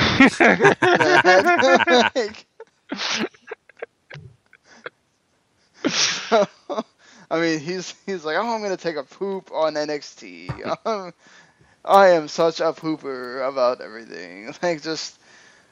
And then Bull Dempsey comes out and, we get the Bullfit chant and this is Bullfit, which, that's the best thing ever. It's great. Adam Rose gets to call Bull Tubby, and yeah, so we get this. We get pretty much like Bull Dempsey taking out Adam Rose, and then Tyler Breeze escaping like he normally does. We do get Tyler Breeze answering the challenge of Bull Dempsey of a match, doing his selfie video. So that was kind of cool. Clearly, Bull Dempsey and Adam Rose need to be a tag team now. Bullfit and the Party Pooper. Just a match made in heaven, if you ask me. I just love that. What do you think of this Party Pooper, Adam Rose? He did get Leo Kruger a chance from the crowd there. I'll cheer him every week if he's going to make poop jokes. I know. That's why I made the... It's like... Yeah, you gotta love it. You definitely do. I just want to see that T-shirt. That tag team T-shirt would be perfect. Is he gonna wrestle in those glasses all the time? Yeah. A big steaming pile of bullshit. Okay. So, I think that this is pretty fun. I think it was interesting, and of course, with Tyler Breeze, I'm always a fan. So this was not a bad way to get the show going. Yeah, I mean, it played off stuff from last week, and you moved that thing along. You got to introduce the new character for Adam Rose, so I don't think you really can go much wrong here. You go right into the Perfect 10, Ty Dillinger against some dude. Danny Burch, who, man, it felt like forever since I've seen Danny Burch. Oh, yeah. He used to be like a regular jobber we'd see all the time. It was there to showcase Ty Dillinger. So, Well, you know what that gets from me? 10 out of 10. Well, it should. Yeah. Dillinger is going to be interesting, I guess, down the line to see when he faces off against Tyler Breeze because of the fact that they both consider themselves in a perfection, right? Right. That's certainly another match that's made in some celestial place. Mm-hmm. So, hey, I'm sure it'll happen at some point. Hopefully it won't be because they just want to destroy Ty Dillinger or anything. You get Baron Corbin and Rhino doing an interview, asking if they're worried about Gargano and Ciampa. Pretty much, they're not. Corbin actually says he's not even thinking about them. He's looking straight through them, which is maybe his best line ever. It sort of felt like something he would actually do. You get a cool Azuka little vignette thing with her taking off the Phantom of the Opera mask and revealing herself, and that was cool. And they made a big deal about it on commentary, which is exactly what she wanted to do. Apollo Crews and Solomon Crow. Hey, this was a nice little 5-minute match. Poor Solomon Crow. Yeah, I mean, I don't know. They don't. I don't think they made a character that they just had no idea how to use, and they have this unbelievably impressive new guy coming in, Apollo Crews, and here we are. I'm glad that they pointed out they know each other and stuff like that. They didn't have to. Yeah, you're right on that. It just amazes me they can't find a place for Solomon Crow. I mean, we do have to wonder if Solomon Crow has a little bit to do with this character, and not necessarily totally blame it on WWE. Maybe he thought of this and had an idea for it, and then it just never went anywhere, or yeah, could be that. I think so. I really do. But I don't know. I just feel bad because the guy's got talent and he's got something to offer, but I guess just right now they don't have anything for him, I guess. And that's kind of scary when NXT doesn't have anything for you, I guess, to me personally. Oh, yeah, it is scary. You want them to always have something, especially for a talent like Solomon Crow, but I don't know. I mean, what can he do other than just be that guy that wrestles? Yeah. True. He has a too cool of a look to just be that guy that wrestles. Yeah, and the girl that was his sister was a racist. So, well, they could have done something with that, I guess. Especially since he was Jewish. But I do like that they tried. Like they're like, oh well, Corey Graves is like, oh he probably like learns about all his opponents through Google and researching them all night long or whatever. Even though he flubbed and made it seem like he learns about how to wrestle through Google or something, which, I guess Corey Graves is allowed to mess up on commentary. Well, you know what? I just thought of something, and WWE is tied in with this group. Why don't they just have Solomon Crow be Mr. Robot? I get behind that. What's he going to do, the Watchdogs thing, where he just comes in the arena and hacks into things randomly? And why not? Just for fun. He could hack into William Regal's phone, and yeah, it'd be fun. I don't know. Like, I call it a day. come up with something else or let him be Sami Callihan. Yep. I really would agree with that. Yeah, exactly. I mean, what can you... I just don't, like, when I saw that character, I'm just like, okay, what is he gonna do? Mm-hmm. And then, you know, here he comes and he doesn't do anything. So, you're just like, alright, here's the guy. Yeah. And he's a hacker, but I mean, exactly where do you go with a character that's a hacker and he wrestles? Yeah. Don't go very far, I know that. Because there's nothing to show. I mean, yeah, you can hack into people's stuff, but it's unless you're gonna be just hacking into, you get all the, you know, heels and hack into their stuff and find out weird things, or at some point that's also gonna run its course. Yeah, exactly. Mm-hmm. It's not like the Repo Man where you can actually do something every show. So right. Yeah, you can always find garbage to go dump or something. Right. Mm-hmm. That works. But yes, moving along here. I think this is where sorry, my brain is fried at this point. Dana Brooke and Emma talk about how they're tired of everybody getting in front of them, and they're gonna show all the new divas who are the bosses in town, pretty much. Whatever. Playtime is over, says Dana, and then she pats Devin on the head, and then comes back and pats her again, and Emma just laughs and is like, "Oh, I forgot how how funny that is every time she does it." It's just, it's really sweet, Emma, that you think that's funny. You know, I like that they keep having them involved, and that Dana Brooke really seems to, she really wants to be the new ruler of NXT or whatever, now that, you know, the boss has left, so. Totally. Something for her to do. Mm-hmm. I agree. Yeah. Good.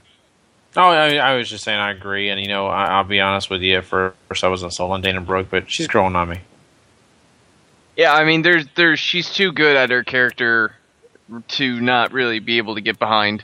And I think they're doing a good job of sort of trying to keep her in that like, dare I say, mid-card of the Divas ranks right now, trying to make her way up. Mm-hmm. Right, I mean, it seems like we can kind of tell with the things that have been happening here with the vignette and everything that she probably means Azuka and others like her that will come later. But, you know, it'll be, to me, it's, I kind of want to see where they're going with this, you know. Yeah. I did like this thing with the former Orda or Cal or whatever, I forget his name in WWE now, where he kind of lets you through the highlights of the other stuff that's happened in the Tag Team Classic. Kind of gives it that old, like, 80s WWF feel, whatever, where Sean Mooney would be on the news. Mm-hmm. And you get this news announcer from, like, Jim Herd about something or whatever. You know, he's just kind of giving you that. And it makes it feel like it's important, like it's this big thing, you know, that you need to pay attention to. Even though you don't get to see every match in full, you still get to know what's happening and stuff. It's not like these brackets just appear and these people won. Yeah. It's like this big sprawling thing that makes it feel bigger. Mm-hmm. And then we get Baron Corbin and Rhino against Johnny Gargano and Tommaso Ciampa, which I thought was pretty good. I mean, I enjoyed it.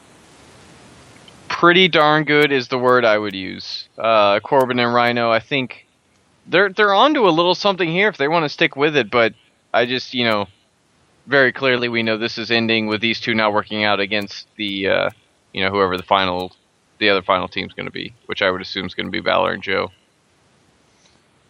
Clearly. Yeah, I mean, I love this tag. I'm a big Ciampa fan. I enjoy Ciampa's stuff, you know, all the time. And Gargano and him do a great job as a tag team. So I mean, I'm definitely on board with those guys for sure. Yeah. So we had the big return of Bayley. First time since she's been on at Full Sail since she won the belt. I mean, she beat Sarah Dobson in pretty much, squash.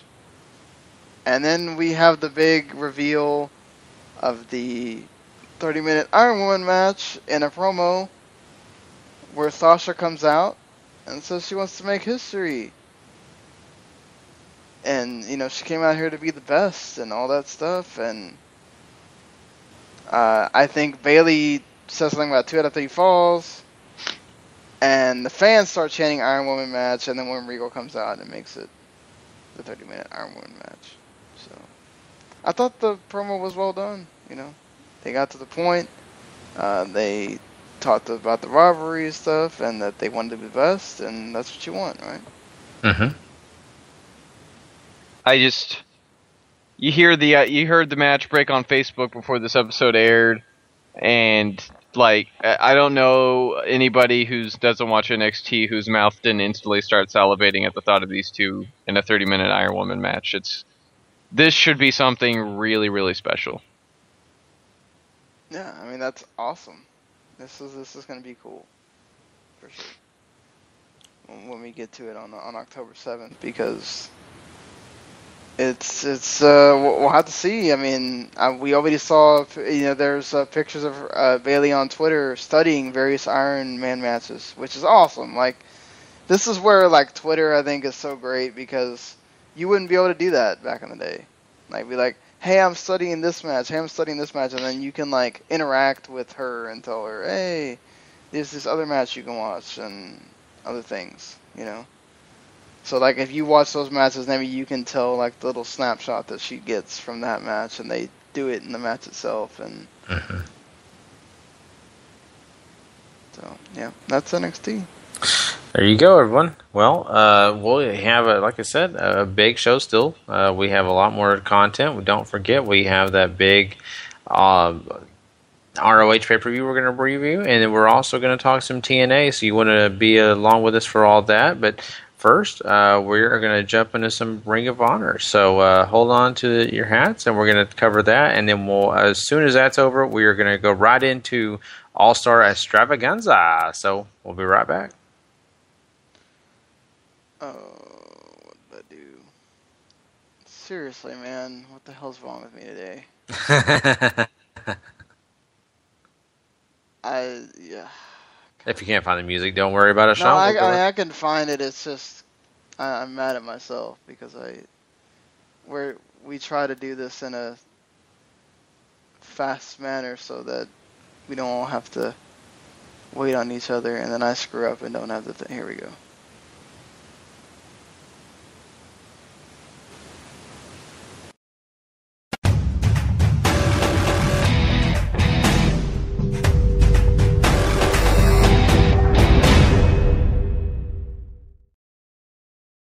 All right, Paul, you're up. Just wanted to let it be known I'm always good to be on standby for acapella themes. Yeah, see, there you go. I forgot about that. Yeah. You know what? We should just transition it all to acapella with Paul. So, there you go. I gotta come up with some cheesy wrestling pun singing name then that I'll have to work on. Anyway, yes.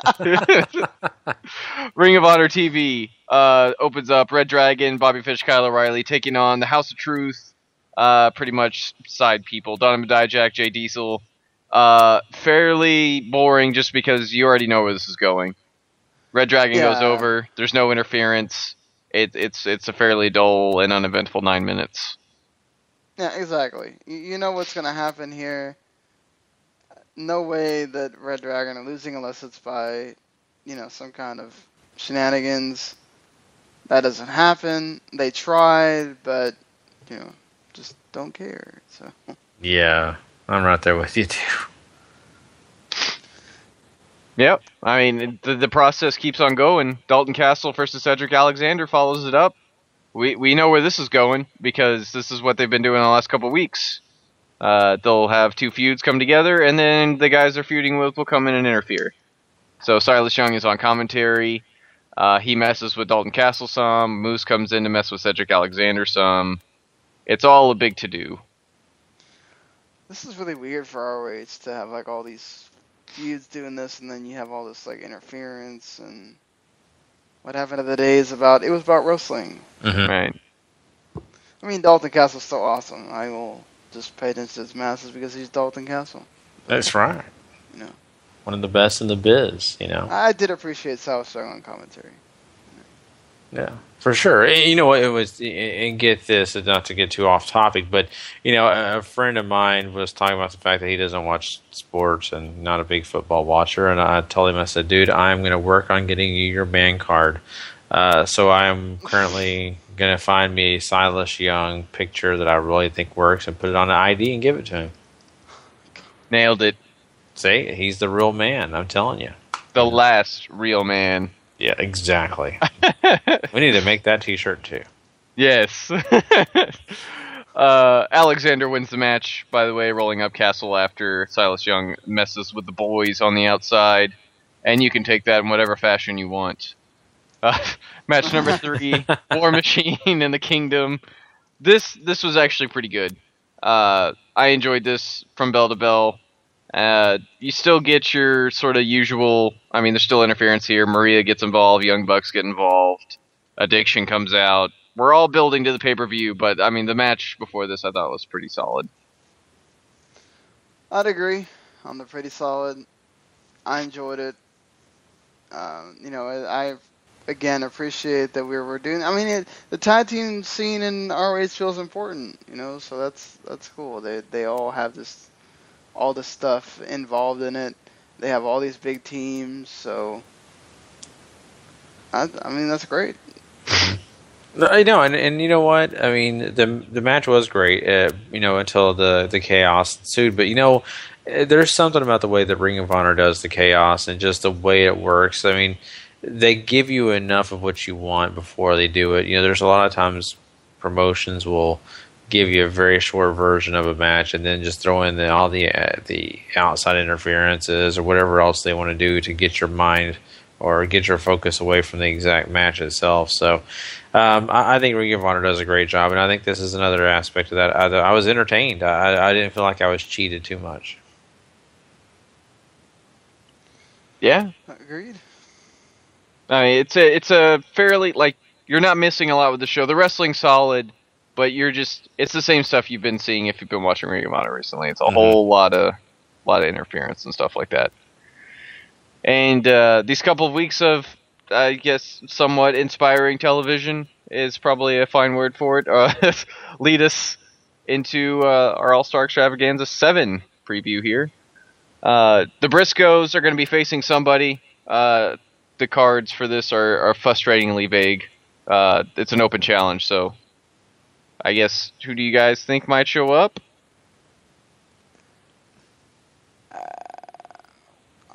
I mean, they faced a lot of the, you know, big New Japan people, so, or at least the New Japan team. So, I mean, I'm trying to think of who could show up. Oh, yeah, it's so difficult. I wish it was Future Shock. Kyle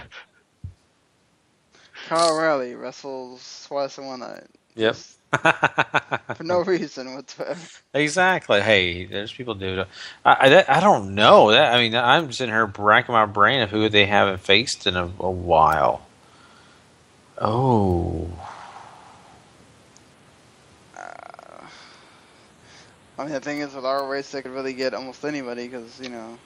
That is the problem. And this almost, like, I would say it's either going to be a New Japan import or it's going to be maybe a Noah import too, like the Mighty Don't Kneel. That could be interesting. Oh, yeah. Is, what's his face okay again? I haven't a clue, to be honest with you. I was just going through names. This could also just be a brand new tag team that they signed. Or some indie thing. Yeah. You never know. I was just trying to create conversation and doing a poor job of it. No. No, I mean, It's a great question. It's a great question. I just wish I had the right answer, and I'm thinking offhand, and it just seems like we've seen a lot of these matchups before, and I think they're going to try to throw something new at us. And yeah, I mean, like what Paul said, it's just, I mean, it would have to be like a total off the wall. I mean, have they ever faced Gallows and Anderson? I don't know. That's a Things possibility. immediately coming to mind.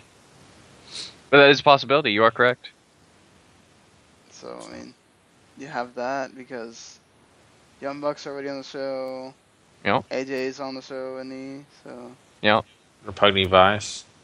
They faced Rapugni Vice on TV. They did, didn't they? Okay. Man. Either way, do you think Briscoes win here?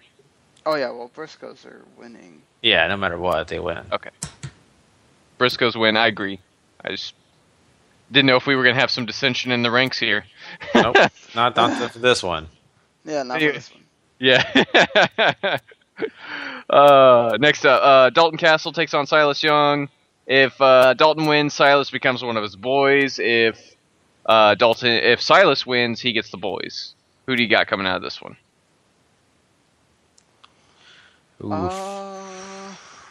For me, I want to go ahead and give it to Dalton Castle, and the reason I say Dalton Castle, as much as I would love to see the young boys go to the adventure of getting their men cards, I would love to see more than that. You know, see Silas Young wearing the short shorts and washing peacock feathers.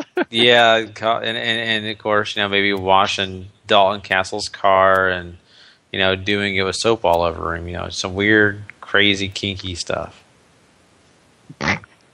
Wow, Gary. You sure you're not into that stuff on 50 Shades of Grey? You sure? Playing with the boys from Top Gun is playing in the background. Yeah. Exactly. Yeah. Yeah. We'll keep that for the after hours show. Ah, okay. I get the one that Gary imagines that happens. I mean, wait, like one of these days we will wind up having it.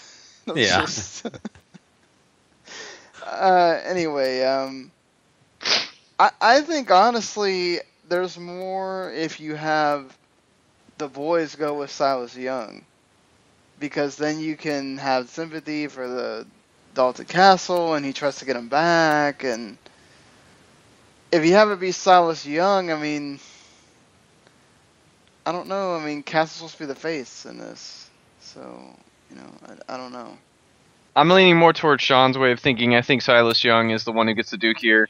Mostly because I think the boys, they could be, if they are wrestlers in the Ring of Honor Wrestling School or whatever, it could be a great way to introduce them as Silas Young, trying to toughen them up and whatnot. And you can have Dalton, chasing and trying to be like, no, you're my boys, you do this, and whatever. Yeah. But both situations, I think, are going to end up being a lot of fun, whatever they decide to go with, though. Yeah, I agree. It's just mine's more sexually charged. Yes. Certainly. Which seems to be the theme going on here. God, this show took a terrible turn somewhere. Little do you know, this is the After Hours episode. Oh, yeah. You sucked in. Next up, no disqualification. Nothing is off limits. Dun dun dun. To keep up with the After Hours theme there. Cedric Alexander takes on Moose. Who you guys got here? Moose seems the logical one here. Yeah. I mean, Cedric keeps getting the upper hand in the matches. Moose gets the cheap, like, where Cedric loses because Moose shows up or whatever, but Moose hasn't won the match yet, so I would say he wins. Yeah, I think you're right on that too. I'd look at Moose as being the victor here. Cedric Alexander winning would not be a problem at all.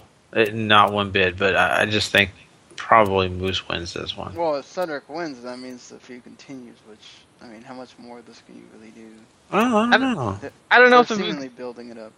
I don't know if the feud continues with Cedric going over, because he beat Moose, he's thwarted him a couple times. I mean, this seems like the blow-off to me. And just with that, I would go with Moose, just because I think ROH wants to keep pushing him. And the couple of losses he's taken to Cedric already, I think may have been enough for Ring of Honor to go through. Well, that's what I meant. Like, the way they're building it, it seems like, okay, this is the end. You have the two managers already been involved once, you know, so, like, I mean, what else, where are they going to go? Right, all right. Next up is best of, number 3 in the best of 5 series between ACH and Matt Sydal. These have been pretty gosh darn good so far. Agreed on that. What's the score? 1-1? I believe it is 1-1. Matt Sydal? Yeah, you're right. Matt Sydal, to me, probably leans towards what I would be thinking too, so that's why I'll go. I'm going to go ACH. Just because, why not? Yeah. Hey, sometimes that's all it needs. Yeah. It's just to fly out there, hey, this guy. And a lot of times you could be right. That's true. Another one that could be some hey, why not? The number 1 contenders match. Michael Elgin taking on Adam Cole, taking on Roderick Strong, taking on AJ Styles. I believe it's a 4-way survival match. So who you guys got winning this one? This is all kinds of awesome in one match. I'll tell you that much. Is it gonna mean something? I mean, somebody getting a title shot out of this? Yeah, it's the number 1 contenders match for the world title. Okay. Roderick Strong's already had a title shot. Yeah, Roderick Strong's already had a title shot. I'm going Adam Cole. Yeah, Adam Cole would make sense with the whole stuff with the Kingdom, if that's still, they're still feuding, sort of. Because, the whole point is that she was trying to find the heavyweight champion representative. And, if Adam Cole gets the heavyweight... I mean, he's kind of been being pushed, so... Mm-hmm. I'll go with Adam Cole, too. AJ just seems to be there just to make the show feel more important. And who else is... Elgin. Elgin, I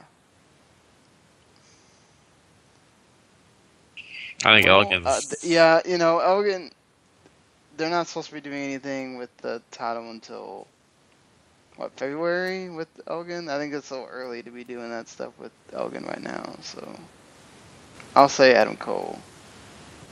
I think the only one you could safely discount is Roderick Strong, and even then that's probably saying too much, just because you never know where they're going to go here. I think the smart money is on Adam Cole. That's who I'm going with, mostly just because it fits the story right now of what Sean mentioned. Even Maria Kanellis is trying to find a replacement. Oh, yeah, wrong name, wrong lady.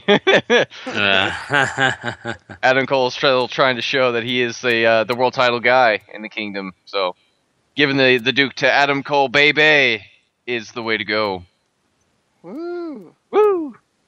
ROH Tag Team title match. The Addiction defends against the Kingdom. Michael Bennett, Matt Taven, Jesus, and the Young Bucks. What do you guys got here? I go the Addiction. And the Addiction have had it for a freaking long time now. If there was a time for them to change it, it would be now. To the Kingdom? It's the ROH ones, so I don't care. It's just, as long as I don't win the IWGP once again, I'm good with that. You know what? Why not the Kingdom? You still sticking with the Addiction, Gary? Yeah, I'm sticking with the Addiction. Yeah, I'm going Kingdom too. I think this would be a really cool idea to have everything come to Kingdom, and then Maria's like, "Oh, hey, look at how great we are," and then Adam Cole's like, "Bye." Yeah, exactly. That'd be awesome. And then we get into what should prove to be a very busy evening for Jay Lethal. His first of 2 title offenses as he defends the television title against Bobby Fish. You think he retains here, guys? Yeah, he's retaining here. I think 99%. I think he'll retain. So completely agree. Completely agree. Retains against Bobby Fish here, and then he's got his world title match against Kyle O'Reilly. You guys think he retains that one too? Yes. To my chagrin, yes. Gary's I mean, chagrin. it's the chagrin of all of us. Well, y'all are chagrining. I'm just grinning. Jay Lethal retains both. I'm happy. Yeah, O'Reilly deserves so much. He's had such a great year. I don't know. I'm on his side. I could see him, like, if he wins something in New Japan, I'm all for that. Mm-hmm. It's just not his time here in Ring of Honor yet. It's not there yet. Yeah, I would agree. I guess you're right. He has to work his way up the ladder a little bit. Do what he's doing, and I think what he's doing is fine. Maybe go to Japan, get a geisha, come back, and win a title. I think it's fine. What? God, Gary, you're just like... No, I mean, in all seriousness, I'm a big fan of Kyle O'Reilly. I think he's had a great year, and maybe this isn't his time, but I think in the near future, it's got to be his time. So, yeah, I don't think that day is far away. Gary. It's not today. Mm-hmm. So yeah, so it looks like walking out of apparently, it. according to Gary, it's just time to get a geisha, but not get the time to... I enjoyed the book. I figured, he could share it with me, So. But I think that we need to do more shows at 5 in the morning. We're just having a great time. Nobody can talk. Things to say. But this is what's fun about talking wrestling. You can have these sidebars. But anyway, my point being though is it's kind of interesting so far right now. I mean, we've got the same situation with Jay Lethal, and we're all happy with that. And that's what's funny is Lethal can retain both belts, and we're all like, "Oh, that's great." Yeah, because I think it will become pretty obvious when you find that person that should be the one to beat him for the belts. Mm-hmm. Just kind of like it was obvious when we knew that Lethal was going to win the belts, so why not? So True. So, well, that pretty much wraps up All-Star Extravaganza. And, of course, we can't wait to talk about it. And just to remind everybody, we are going to be talking about both Night of Champions and All-Star Extravaganza on Sunday night. Sadly, we don't know if we're going to have Paul. Paul's got some plans. And so if those plans take into effect, he may not be with us. We will have someone else going to cover for Paul. It's never easy. We always, kind of chagrin at that too. I love that word tonight, chagrin. But we're okay because Paul needs to go take his break. But you know what? We're gonna have a blast. It's gonna be a fun Sunday night show. We're of course gonna have Harry Broadhurst with us and Patrick Ketza. Both those guys are great. You don't want to miss that show. So just letting you guys know that now. But now it is time for us to move on. We're also gonna do a. Mm-hmm. Is it? Yeah, it's Ogayama or whatever. It's the road we're gonna do to the preview to the destruction in Nagayama. I can't remember where it is exactly. Okay. The first one. Yeah, the first one. The second one's in Kobe. I know that. Oh boy. The first one, I can't remember the name of it right now. The first one. Yeah. So that's what we'll call it, the first one. Destruction of the first one. Destruction of the first one. Okayama. Yeah, Okayama. So, yeah, well, then we'll be reviewing that one on the Thursday show. So. Yeah, and stay tuned, everybody, to our Facebook page, and of course that W2M Network page as well. That is going to definitely give you the info you need to know for all our shows. So, okay, well, let's talk some TNA, guys. We've talked a lot about different things, but now it is time for us to talk about this war between GFW and TNA. We'll be right back after this to do it. Thank God it's over.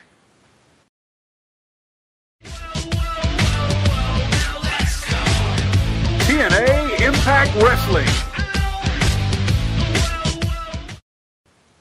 And I quickly transition into this show, so I don't have to think about that music anymore. So, we have a contract signing between, who is it that has the contract signing? Oh, the Jeff and the GFW versus TNA thing. And yeah, I'll be honest, you guys are just going to have to help me out with this, because with all the stuff we have to do now on Thursdays, and I had to work this morning, which I normally never have to work on Thursdays, it screwed up my routine. I didn't get to watch TNA. All right, we'll get you through it.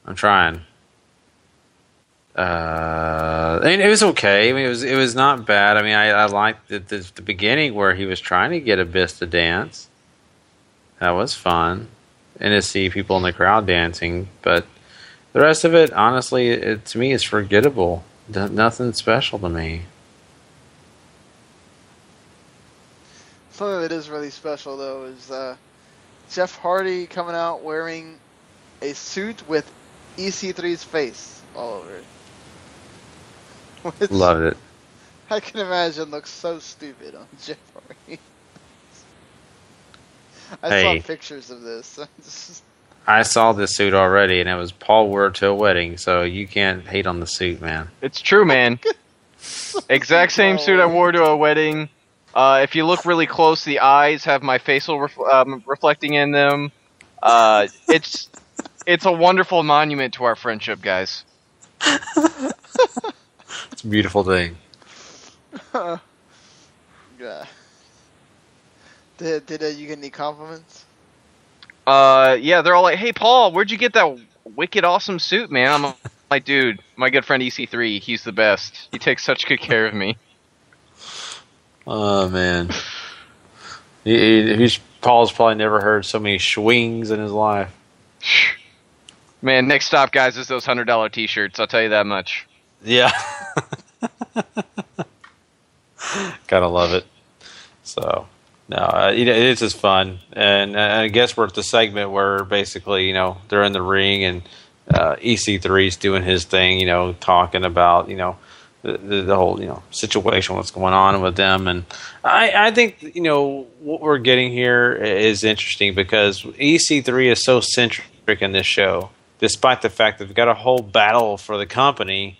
But EC3, it shows up all throughout the show. It shows you his star power, and it also kind of makes me understand why WB is interested in this guy again. Yeah, I mean, that is the best part, is you have this giant TNA GFW thing going on that's sort of taking over the promotion, except for EC3, who is bit bound and determined to make every show about him. And God bless him, it works. Mm-hmm. It does. So. Yeah. So after this, we get the Knockouts title match between Brooke, Gail Kim, Awesome Kong, and Lady Tapa, which leads to Gail Kim winning. Yes, Gail Kim wins. Gail Kim is champion again, guys. Which also is going to lead to a Gail Kim Awesome Kong match at Bound for Glory. So. It should be good. I mean, yeah, this was a really, really good match that is worth your time. They all worked really well together, especially Gail Kim and Brooke. Kong and Tapa kind of meh, but Brooke and Kim totally carried this thing to something really, really awesome. Yeah, cool. It definitely was fun. I was pleasantly surprised, to be honest with you, because once I got to this point, I thought to myself, is it really going to be worth my time? I was working on a limited time schedule when I was watching this, and I actually sat and enjoyed it. It was actually good. So. Yeah, so EC3 gets upset and is yelling at Jeff Hardy because Rockstar Spud has a world title match next week. EC3 says that Spud can't win because Jeff Hardy's in his corner. And it's in Jeff's best interest if EC3 wins. Well, of course, he's your boss. You want him to always win. Of course. So then we get the GFW versus TNA Lethal Lockdown match. How did this go, guys? I'm not gonna lie to you. This was actually pretty awesome. Jarrett was hilarious, mostly because he's getting dragged back into the cage at one point, and he's like, "Please, God, don't let him take me!" And then he gets his ass handed to him. It's pretty wonderful. The best part is, to me, the TNA team is just like, it's Lashley, it's the Wolves, it's Galloway, right? Like, and then the secret person is Bram, the person you just would not expect at all. Oh man, it's so nice to see him pull a Brady and beat the suspension. Yes, it was nice to see. But that suspension lasted a whole week. course, we all secretly know that this was filmed back in July of some time, so. Yeah, so I mean, he did plead not guilty, so. Yeah, if he pleaded guilty, I'm sure there've been other problems. But no, this was actually good. I enjoyed it, and it's what you wanted out of it. You really, guys. I mean, you wanted a good match. You wanted to see, who could win, and just different levels of this match. And I think it built up very, very well, and it was nice to see. Of course, each of these, each member of each team, get a chance to shine, get a chance to do something. But in the end, yes, TNA does stand strong, and GFW retreats. So I'll be honest, it does make you kind of wish you could find that other chapter of the story. What does GFW go from here? Blah blah blah. Right. And it's just the really annoying thing. Galloway getting the pin, totally fine with that. Him pinning, I think he pins Myers, right? Yes, he does. Yeah. Like, why wouldn't you have him pin Jarrett? That's a good point. Makes so much more sense to do it that way, but. And not only that, is Myers one of their bigger stars on GFW? That's what makes me wonder. You know what I mean? Mm-hmm. I don't know if I'm sold on. If I'm Jeff Jarrett, one of my bigger stars, getting pinned by the Rivals big time guy. I'm not sold on that. But, I don't know. Maybe I'm old school. Yeah, maybe. So. Well, that wraps up TNA, because that was the end. And Dixie Carter is very, very happy. And so should you be, because, you get a chance to end that part of TNA and move on to a new chapter. And that'll be the road to Bound for Glory. So we'll be talking about that as the days build up to that. Gotta do a rating for this, I guess. Yeah, so let's do the rating for it. What do you got for it, Paul? EC3 good, 2 pretty awesome, pretty decent, pretty good, whatever you want to put on in matches, they were good. At any rate, 7, I think Larry was on it with this one. All right, fair enough. I think I will give it, you know what? Actually, that does sound like a pretty decent rating. I thought maybe 6, but you know what? I think I'm maybe a little too low on it. So 7 is good. That should be where I will be. I know, Sean, you really didn't get a chance to watch it, but I mean, you could throw a number out there based on our reaction, I guess. Well, seems like a 7 then. Yeah. I mean, there's lots of different things. It's rated higher than Karen Jarrett, so. Exactly. By a lot. A lot of things should be rated higher than Karen Jarrett. Anyway. God, Jeff Jarrett is so... I'm sorry, I don't ever expect Jeff he gets Jarrett. some slap nuts, Yeah, I'll be sitting in my chair tomorrow, and the next thing I know, a guitar over the head. So, but anyway, awesome. Paul's like, I'm going to come over and watch that. But I would actually enjoy it probably. But here we go.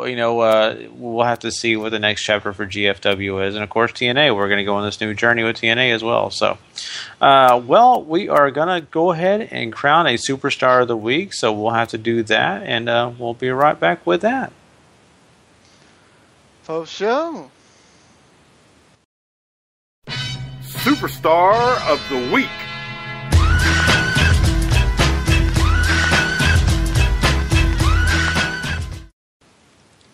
Well, I am not going to lie, guys. This is a very, very difficult week for me personally. When I was doing my rankings, I'm still kind of a little bit lost because we had decent shows, nothing wonderful.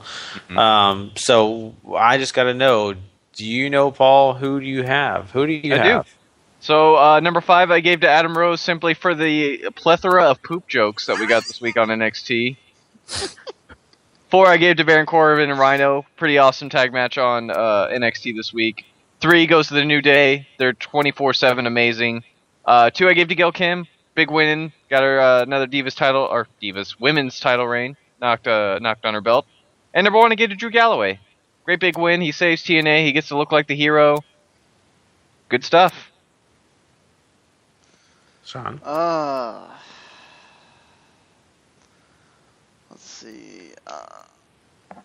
Number 5. I guess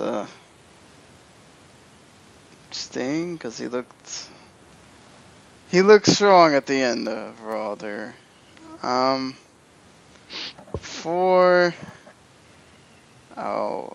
give it to Nikki for retaining her title, and she now broke the record. So that's the thing. 3, the New Day. 2, Gail Kim, or 2, Drew Galloway, and 1, Gail Kim. Just Knockouts champion. I guess that would make her the most. Is Angelina still above her on the how many times she won the Knockouts title? Or I think so. I think this is 4 for Gail. Okay. I think. Let me double check.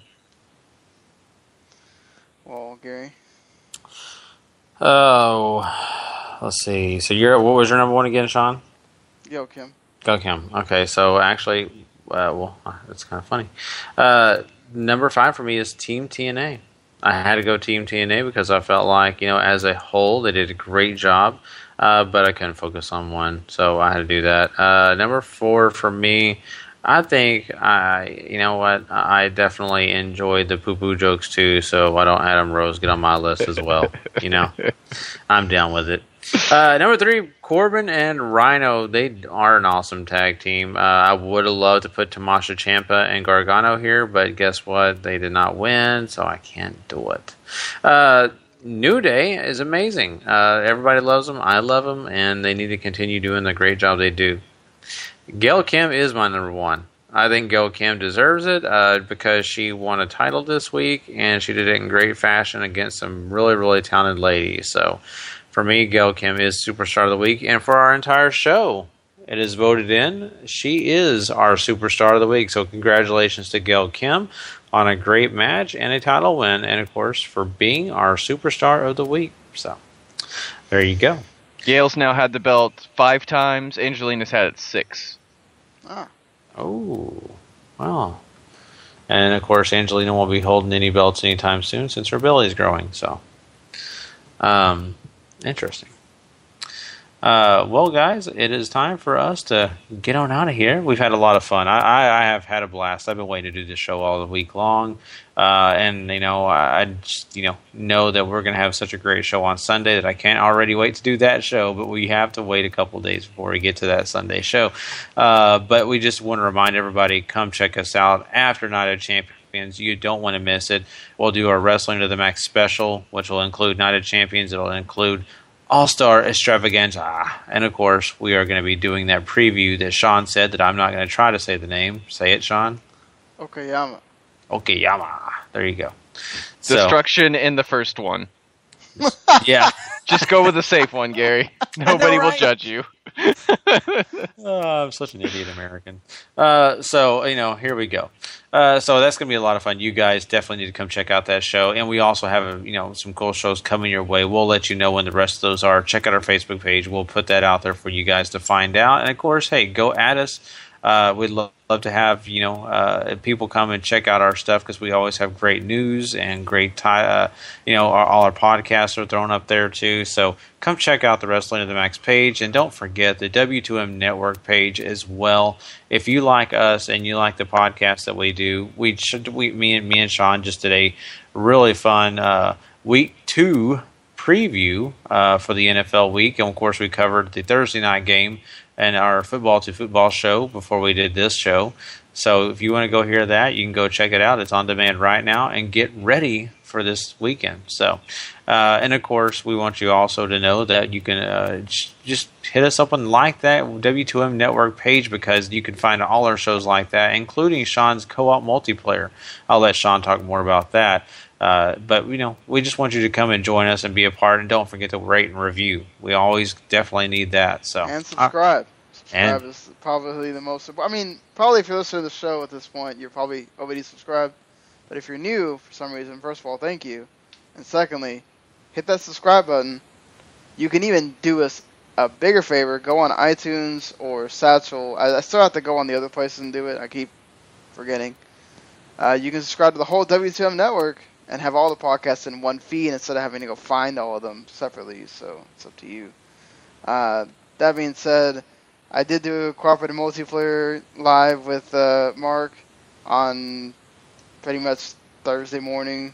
Thursday morning. We did the first part of Tokyo Game Show where they had the Sony press conference talking about the Kingdom Hearts 2.8. Jesus, I swear that all them decimals. Yeah, and the Roman numeral too. It's not even 2, you know. And you know the Danganronpa 3 that's coming to the PS4. The PS4 price cut. That's probably coming. That means it's coming probably to the US during the holiday season. And all the other stuff. Maybe that'll get Gary to get a PS4. There you go. If not, he has till March till Uncharted 4 comes out. So. You know, maybe income tax time, Gary. There you go. Hey. Yeah, and then you know the all the shows Gary already talked about. Of course, we'll also have a review of the NFL Week 2 on basically available for you on Tuesday morning after the Monday Night Football game. We'll do the show live, and then it's there for you on demand after it's over. And you know, we're everywhere. There's podcasts pretty much, and any of those podcatchers that you use, we're there. Unless you have one that you do use, and you don't find us, just let us know. I will get us on there ASAP. And yeah, just again, thank you for listening. And you know, Gary told you on Sunday, and also we have our regular show, episode 162, on that Thursday. We'll be doing the review for the Destruction in Okayama, doing the preview for Destruction in Kobe, which will be that next Sunday, and also, you know, the go home, the post pay-per-view Raw and all that stuff. So definitely. So, well, guys, it has been fun. It has been a blast, but we are going to get out of here. Just want to let everybody know, thank you to DraftKings, and also thank you to Math Tumble for sponsoring the show, and of course, you know, we thank you for listening. But anyway, we also want you to always remember, if you're not living life to the max, not living life at all. You know it. Peace.